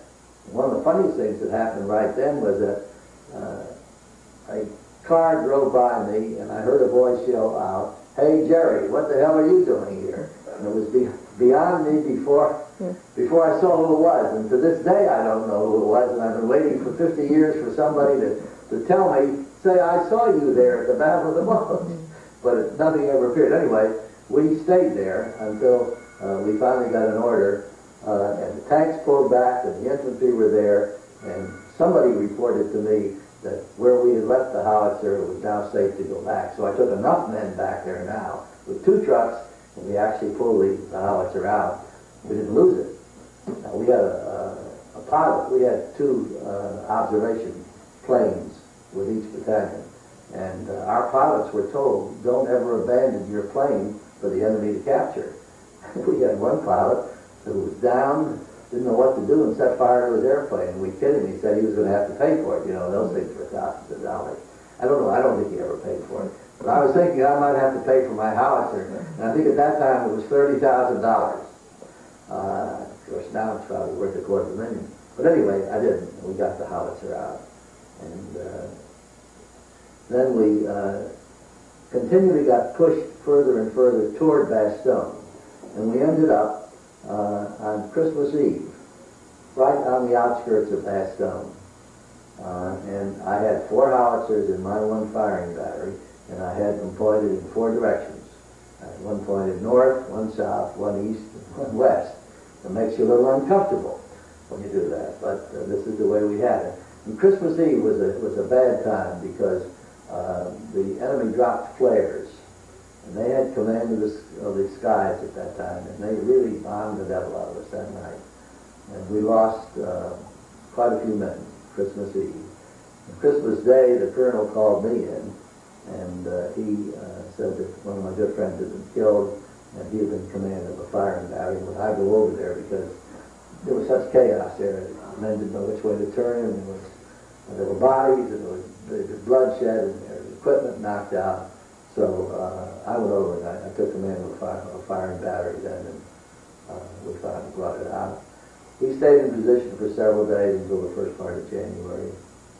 And one of the saddest things I think I've ever seen, people have asked me, well, how do you stand this? And, you know, with frozen bodies lying, as long as they were the enemy bodies, it didn't make any difference. And I would see bodies that were stood up on stakes, on picket fences, and you'd see these bodies just, you know, in position, just frozen. But the saddest thing is to see a GI lying there, and the picture always will remain with me of one GI lying in the snow with his whole back just exploded out. And that's one of the most moving things that I think that stays with you through the war. Individual things like that, not the overall picture, but or the smell of burning flesh close to a tank, where it's a GI tank, and you know that the boys in there were burned. That saddens you considerably. So when you were in Bastogne, when the Nazis encircled it? Mm-hmm. Yeah, we were in there, and we were surrounded for about 6 days. And we had just about run out of food and ammunition when the skies cleared, and during the day, and they started dropping food by parachute, by glider, and ammunition. And I think it was about the 26th or 27th of December that the tanks broke through to us, and broke the enemy encirclement. So now they can bring supplies, and they can bring troops to us. And that was the beginning of the end of the war, right there. Cut. We were actually in Bastogne when you had your howitzers pointing in all 4 directions? Mm-hmm. Because they were coming from all Because they were coming from, well, they had us completely surrounded.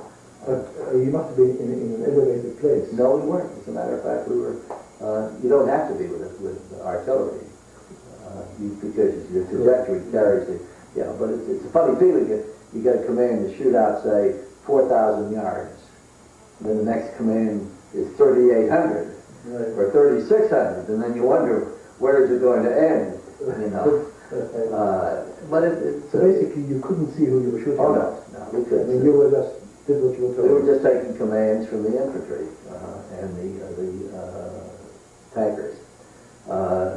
We had one occasion where they tell me, now I didn't see it, that we were right in position with the Germans coming at us, and this is one occasion one of my good friends was killed because he was right there, and he was a supply officer too. He wasn't even one of the artillery officers, but the German infantry got him, and they were very, very close to us. But I never came face to face with them. The only time I ever really faced any German soldiers was when we were down in Bavaria, and it was down, this is months later, the early part of May as the war was winding down, and I was by myself somewhere in the woods, and all of a sudden coming out of the mountains I see the enemy coming out with their hands up. There must have been 200 of these people coming out, and here I was all by myself, and they didn't want to fight, neither did I, as a matter of fact. So what do you do with, I mean, how could I capture 200 and surround them by myself? So I just got them all out, and I lined them up, and I pointed them in the direction. I said, that way, and they were happy to go, of course, and not to be treated any more badly than I did. So during these 7 days, how continuously were your guns in action? As long as the ammunition held out, and it held out most of the time. 24 hours a day. But you weren't firing all that time. You fire only when the need arises, you know. Which was? And your ammunition holds out. You can't. And the need would arise, what, several times a day? Oh, several times a day. We'd have commands come down. How many other units like yours were there? How many what? Other units like yours? How many units like ours? In Boston? Well, the 101st Airborne Division was the main division there. And there were remnants of other divisions and parts of other divisions in the area too. I really don't know what else was there or how much other artillery was there. Because you have those 4 howitzers couldn't have the whole artillery, right? No, we had 12 howitzers in our battalion. Yeah. Now we had a sister battalion. We were known as the 969 Field Artillery Battalion. There was another battalion that was the 333rd Field Artillery Battalion. And they had the misfortune to be just north of us, not over 10 miles, and they were wiped out completely. Most of the people in that battalion were captured. Some were killed. They were overrun by the infantry. They were overrun. See, they didn't overrun us because we had just moved. We were just lucky. Yeah. And we were told later on that the position that we had been in for 2 months, that we abandoned the day before, maybe less than 24 hours before the counterattack started.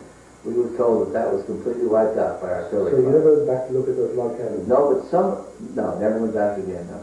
Somebody went back to the old position that we had been in before the log cabins, before we moved to the log cabins, and they said it was just shell holes. Just shell holes all over. They had us zeroed in. They knew where we were. You see, and they were waiting for the counterattack to wipe us out.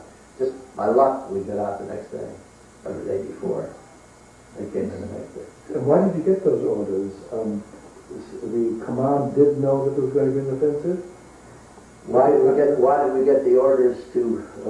It indicates that they knew an offensive was coming, and yet they weren't sending any reinforcements. No, they didn't send reinforcements. So what was our orders were not to move our position the day before. We had been given the permission to go to another position, but they didn't tell us to move. We just did this on our own. You see. Oh, I see. And we weren't retreating. All we were doing was going into a permanent position for the winter where we could live a little more civilly. When you got your order, you moved away from the log cabins. No, that was when the command came down. They knew the counterattack had started. They knew by that time. Yeah, they knew by then. But they didn't know where to go. And as the film shows, too, as our boys and everybody said, everybody in an American uniform is not an American. Because the Germans had captured a lot of American soldiers and taken their uniforms, put them on English-speaking soldiers, Germans, and we didn't know who was our friend and who was our enemy. And there was chaos in the command, too. And gradually, they just pushed us back in our particular area.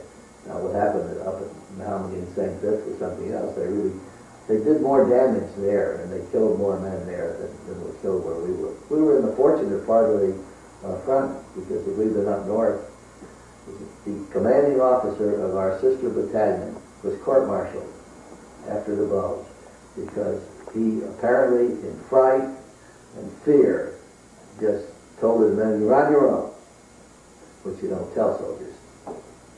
And I don't know whether he was tried for cowardice, or whether he was tried for dereliction of duty, or some such thing as that. Why didn't the Germans capture Boston? What stopped them? We did. How? How did we stop them?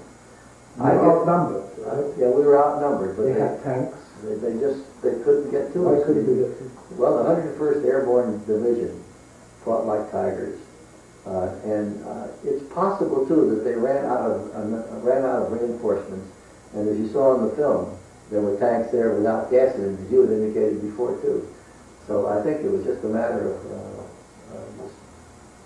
actually fortunate circumstances for us that they may have run out of gasoline. To what extent was the town leveled? Not too bad, because I just came back from Bastogne 2 weeks ago, and it's just as I remembered it. The town itself was not leveled. There were some buildings damaged. So the Germans didn't use that much artillery. They mostly had infantry and tank attacks. Mostly trying to capture the town. That's right. There were some buildings destroyed there. But a lot of Bastogne was exactly as it has been 50 years ago. And why didn't they have command of the air on Christmas Eve? Why did they have a command? Why didn't the Americans and British? Well, you know, I can't answer that question. I don't know, but apparently they had superiority at night. And during the day, when the skies cleared, we had superiority. So they were flying when the sky was not clear. Yeah, and they dropped flares and when you see a flare at night, it's just as though you're naked, because there's darkness and all of a sudden the flares drop and you're just exposed. It's a rather frightening thing if you scare easily. If you don't, I wasn't scared because I didn't know I was going to die. I just wonder why the British and Americans didn't drop flares and use that light to drop their parachutes. No, they didn't. No. And it took several days for them to get the skies cleared where they could see us, because the days were pretty foggy. And I'm not sure exactly what the answer to that is. You could tell about the weather and the trench floods and Yeah, the weather was bitter cold, and the most important thing at that time, if you were going to survive, was to keep warm and keep your feet dry. And I saw cases where men's feet were turning purple. It was really sad because there were men who lost feet and toes because of trench foot. So that was sad. Now, did the Germans who were attacking Bastogne then become surrounded and captured? Did you take many prisoners of war from that particular part of the German army? Well, as we drove back, we started taking prisoners. Up until that time, we didn't. No, but they weren't encircled. They just moved. No, back. they were never encircled. No, they just moved back, and of course, as the film shows, a lot of them were captured, and some of them were captured in American uniforms and with German underwear, as you saw. Would they be executed as spies? Not really. Not during the war. No, we didn't do that. I mean, they were taken prisoners, and they weren't executed. Of course, there were cases where, on both sides, soldiers were captured and were taken into the woods and shot. And I won't say that our army didn't do it, because it was a pretty bitter situation early in the war in Normandy, before we broke through. This is in the summer, where the GIs would capture a German soldier. And what do you do with him? You want to keep moving. And I saw instances where we would take, not we, but the infantry would capture a man and not know what to do with him, take him in the woods. You'd hear a shot, and he'd come out of the woods alone. But, you know, it was, we fought a hedgerow war in Normandy, which was a difficult thing. I don't know if anybody's familiar with the hedgerows of Normandy, but you go from one farm to the other, and there are hedgerows in between, and you have to get over the hedgerows. And it's a difficult thing. And see, we dropped paratroopers there just before D-Day, and they would drop everywhere and anywhere. And some of them were caught hanging in trees. Church steeples. Church steeples, that's right. And it was a pretty bad situation. So they were bitter. They didn't, GIs didn't have any sympathy for the Germans, and rightfully so. Of course, the Germans would just do what they were told to do.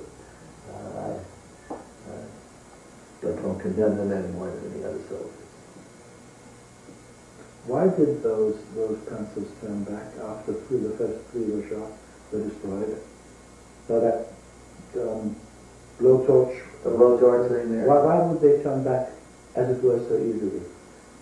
Well, I don't know whether it was because their lead panzers were destroyed, And maybe they thought they were overwhelmed, and if they saw what happened to them up front, they knew this would happen to them too. But it seemed that it was a bottleneck, so they could only get there one at They a could only time. get through there, yeah. And each time they would lose the artillery duel. Uh-huh. But I don't see why they would not just stay behind. And keep moving forward. Yeah. I can't answer that. I don't know. Unless it was, maybe that, you know, it's very possible that their avenues of approach were blocked by these damaged tanks and they couldn't get through. Yeah. It's a possibility. Or they might have been scared.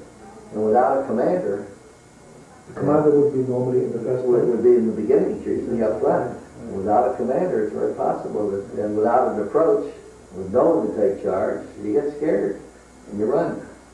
You turn your tank around and go back. In which part of the American forces actually Berlin fell? Where Berlin fell, where I was, well, when Berlin fell, after the Battle of the Bulge, the early part of January, when we started moving forward again, moving back toward the east, as an artillery unit with no responsibility now, we were needed somewhere else. So down at the southern part of the line near Colmar, in Sandier, in the Vosges Mountains. This is the middle of winter now.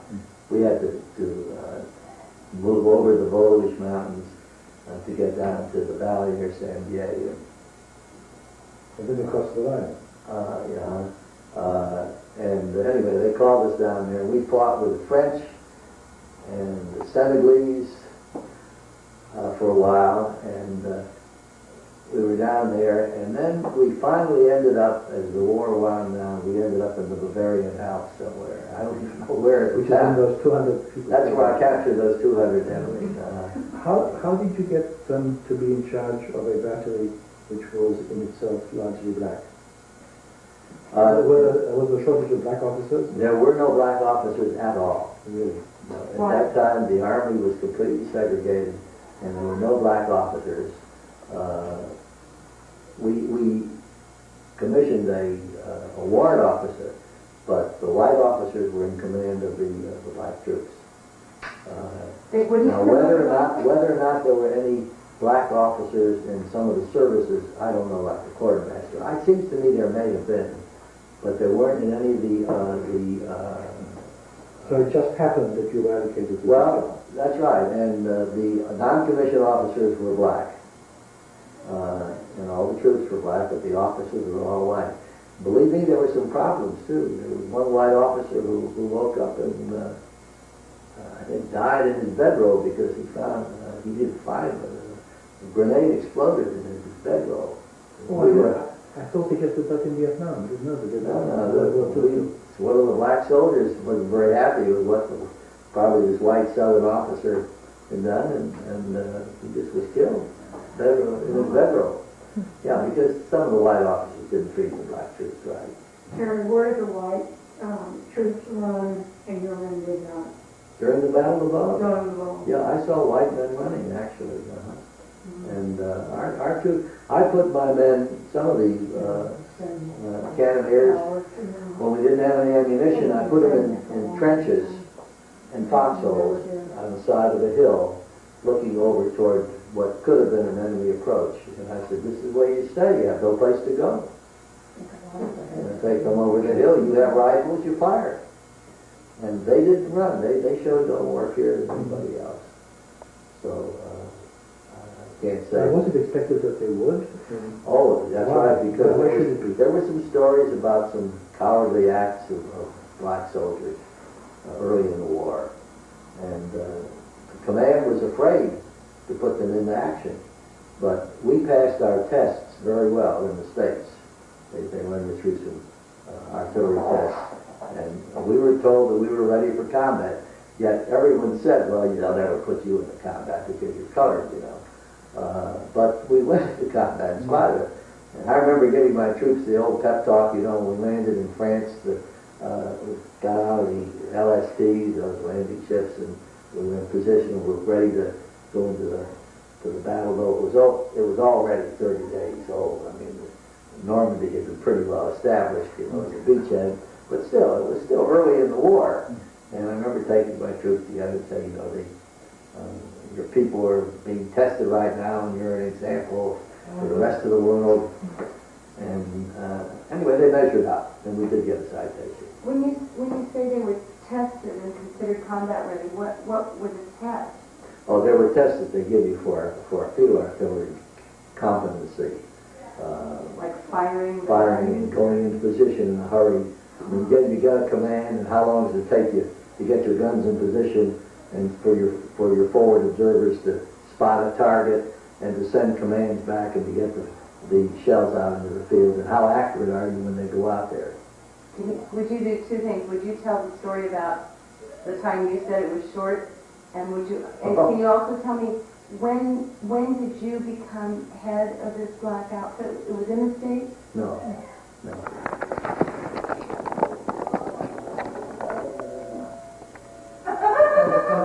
We need to know that. The U.S. Navy Firing battery. Well, I think Paula asked at what point you were put in charge of the black contingent. Oh. Well,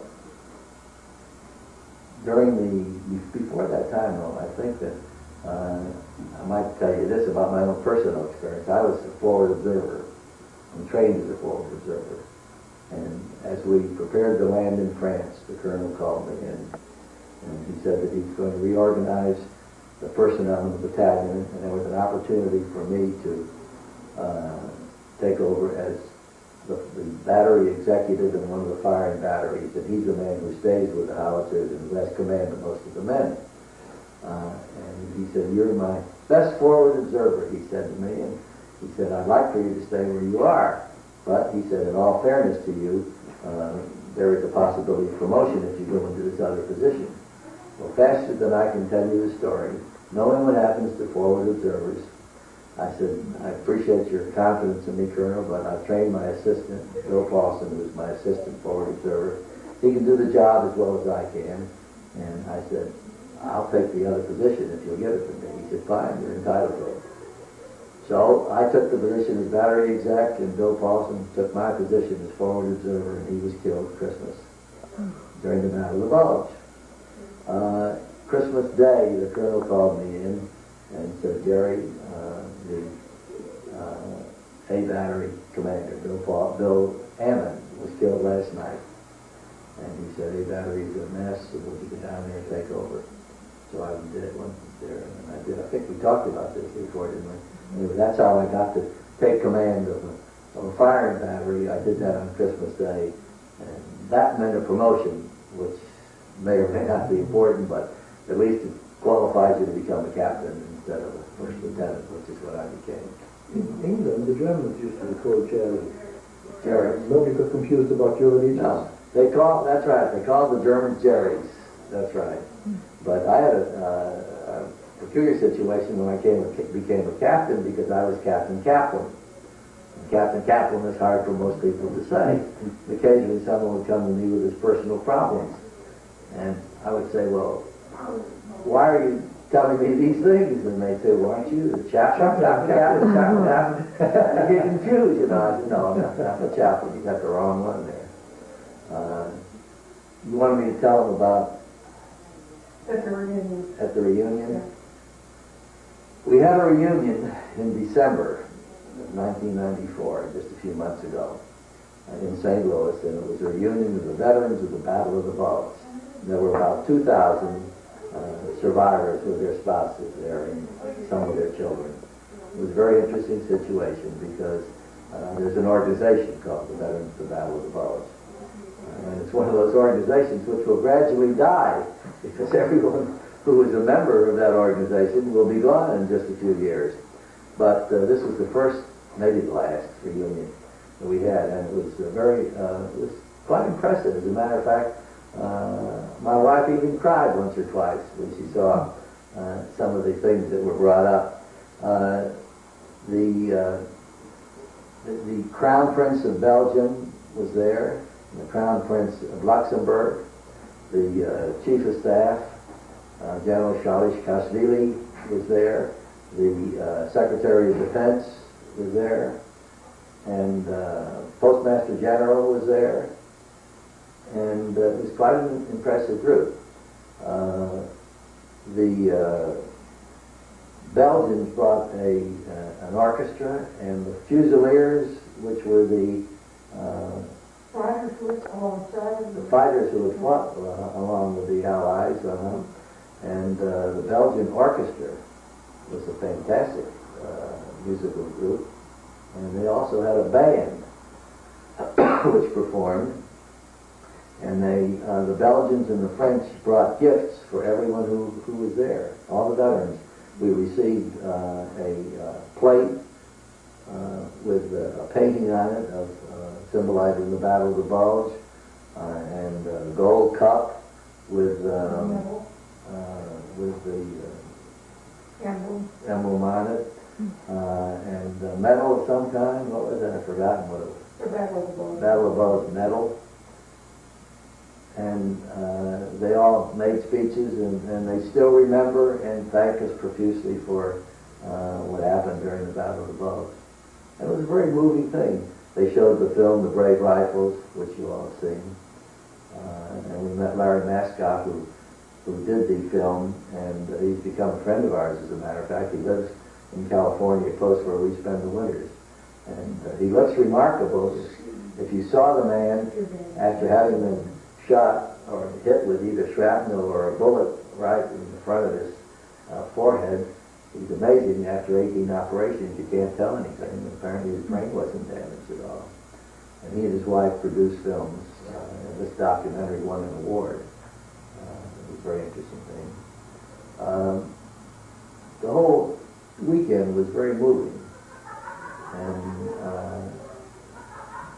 I don't know what the most impressive thing about the weekend was. What do you think? I think the symphony that they played in the church and the men marching with all We went to lights the from everywhere. cathedral, the Catholic Cathedral, which is a beautiful, beautiful structure in St. Louis. All gold flecked and very impressive. And they played the Belgian, it was the orchestra that played there, wasn't it? Played, and they had flags from all the different units that participated in the Battle of the Bulge in various countries and all, and they all marched, all the veterans marched with the flags, and they had a priest and a minister and a rabbi all delivering prayers. And it was really a very moving scene to participate in.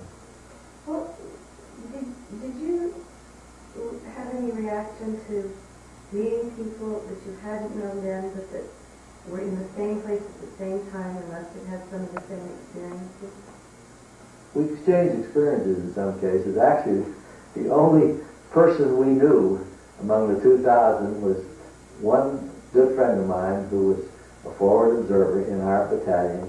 And he is the one who told us that he reported back at least 3 times that he saw enemy buildups there, and warned that there was going to be activity, and nothing was ever done.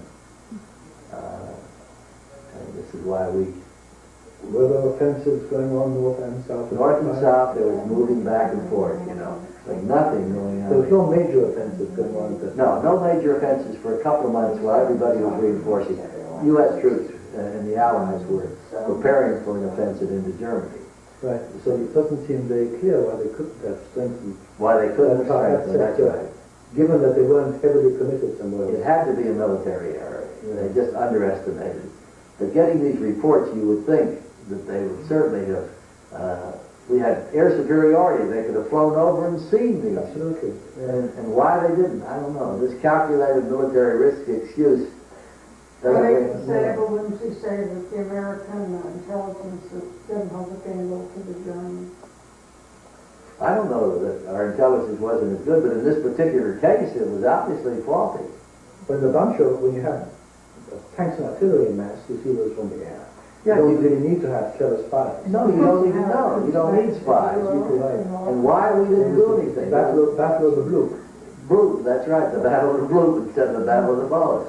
It was unbelievable that they could throw 250,000 troops at us And we're not By prepared. surprise, by surprise. And we're not prepared. Yeah. Yeah. It's impossible, but that's what happened.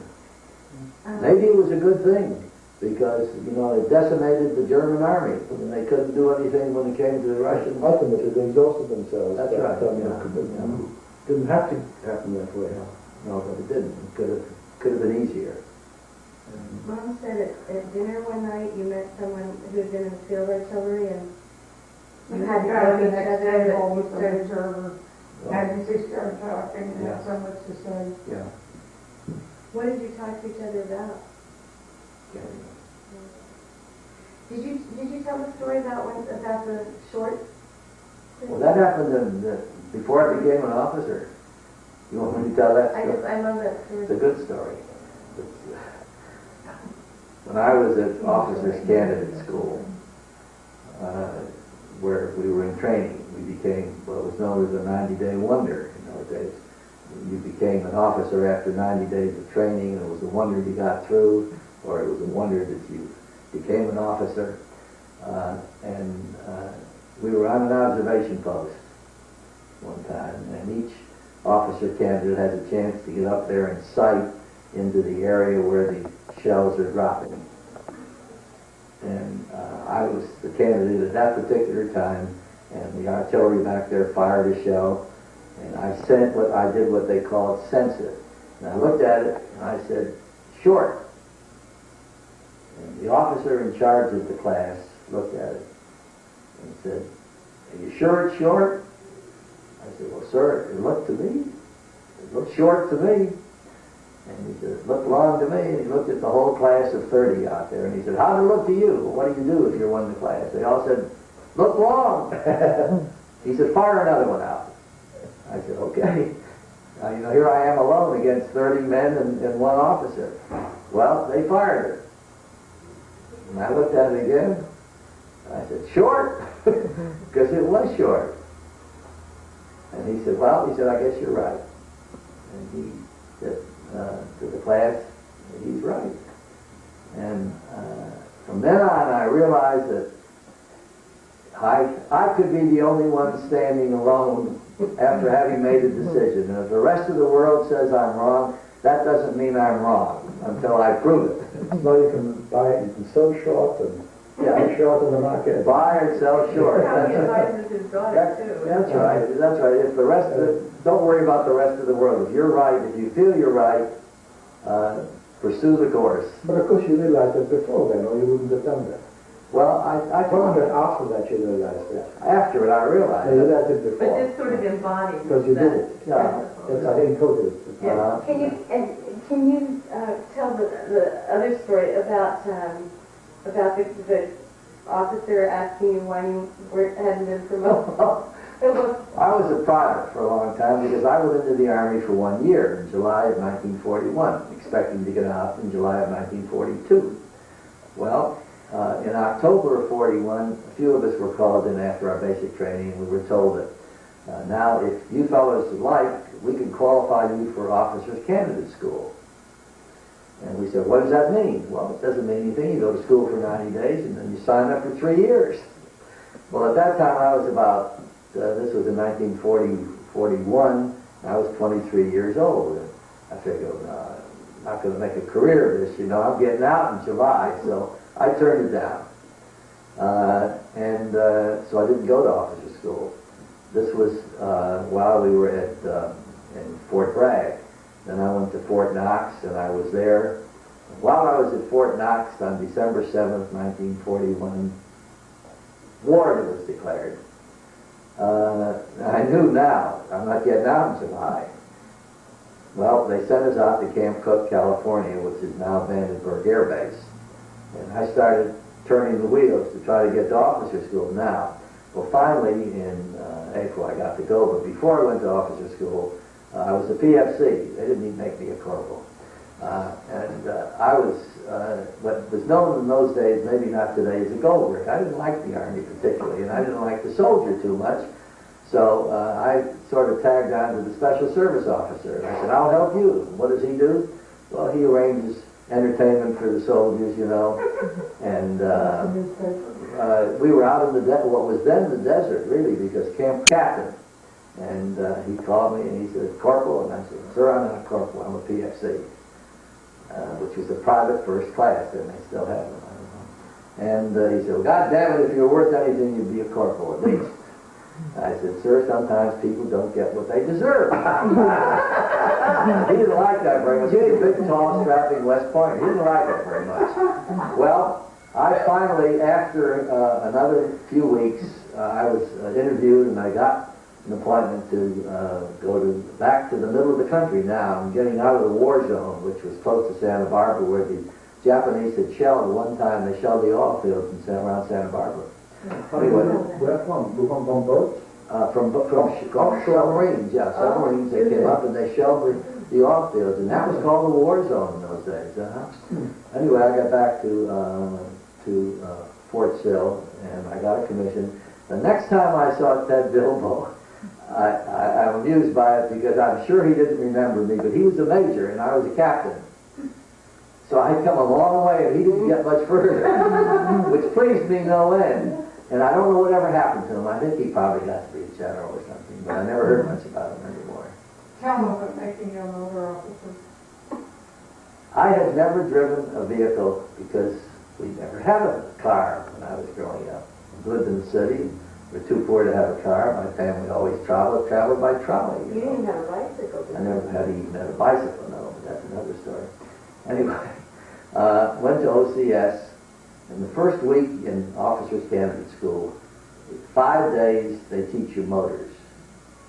Well, mind you, I'd been in a car as a passenger, but never driven a car, let alone a truck, you know. Well, after 3 days of motors, we were called in, about half of the class, and we were just laid out on the carpet. We were told that we were in danger of flunking out. Already, you're only there 3 days. Why? Because you can't understand motors. Well, there were other fellows in the same boat I was in. And anyway, at the end of the 5-day period, they tested us on motors. And you were supposed to know all about trucks and cars and motors then, you know. But it was a true-false test. 50%. You might guess half, right, if you had any sense at all, you know. But I didn't know a carburetor from a generator from anything else. But we got through. Well, the rest of the 12 weeks were artillery and other military things that you learn. And when I got out of OCS, went to Camp Gruber, Oklahoma, and now there are 4 officers in a battery. The lowest on the pole is the motor officer. You say, so what do they make me? The motor officer. Well, I don't know anything about motors, but now I'm in charge of motors at the motor pool. And we had a motor sergeant who had come from another outfit. His name was Snowball. And he was black as the ace of spades, and he was practically illiterate.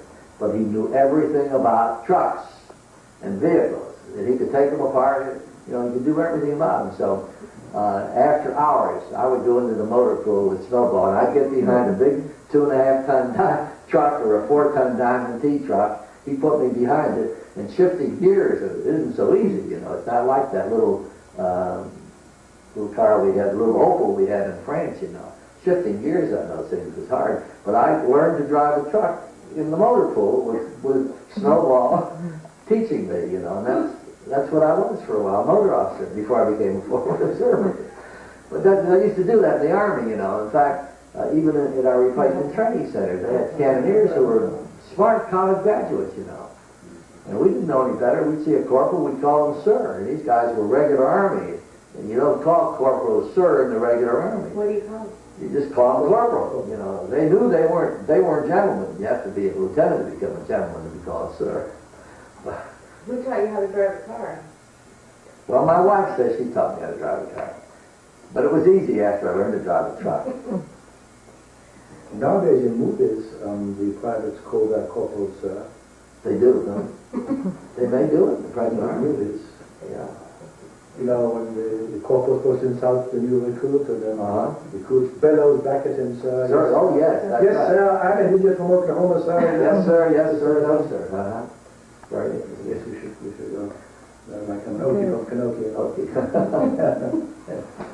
Turning off. Sign off. Oh boy. Did you have your hand over here? Was this off?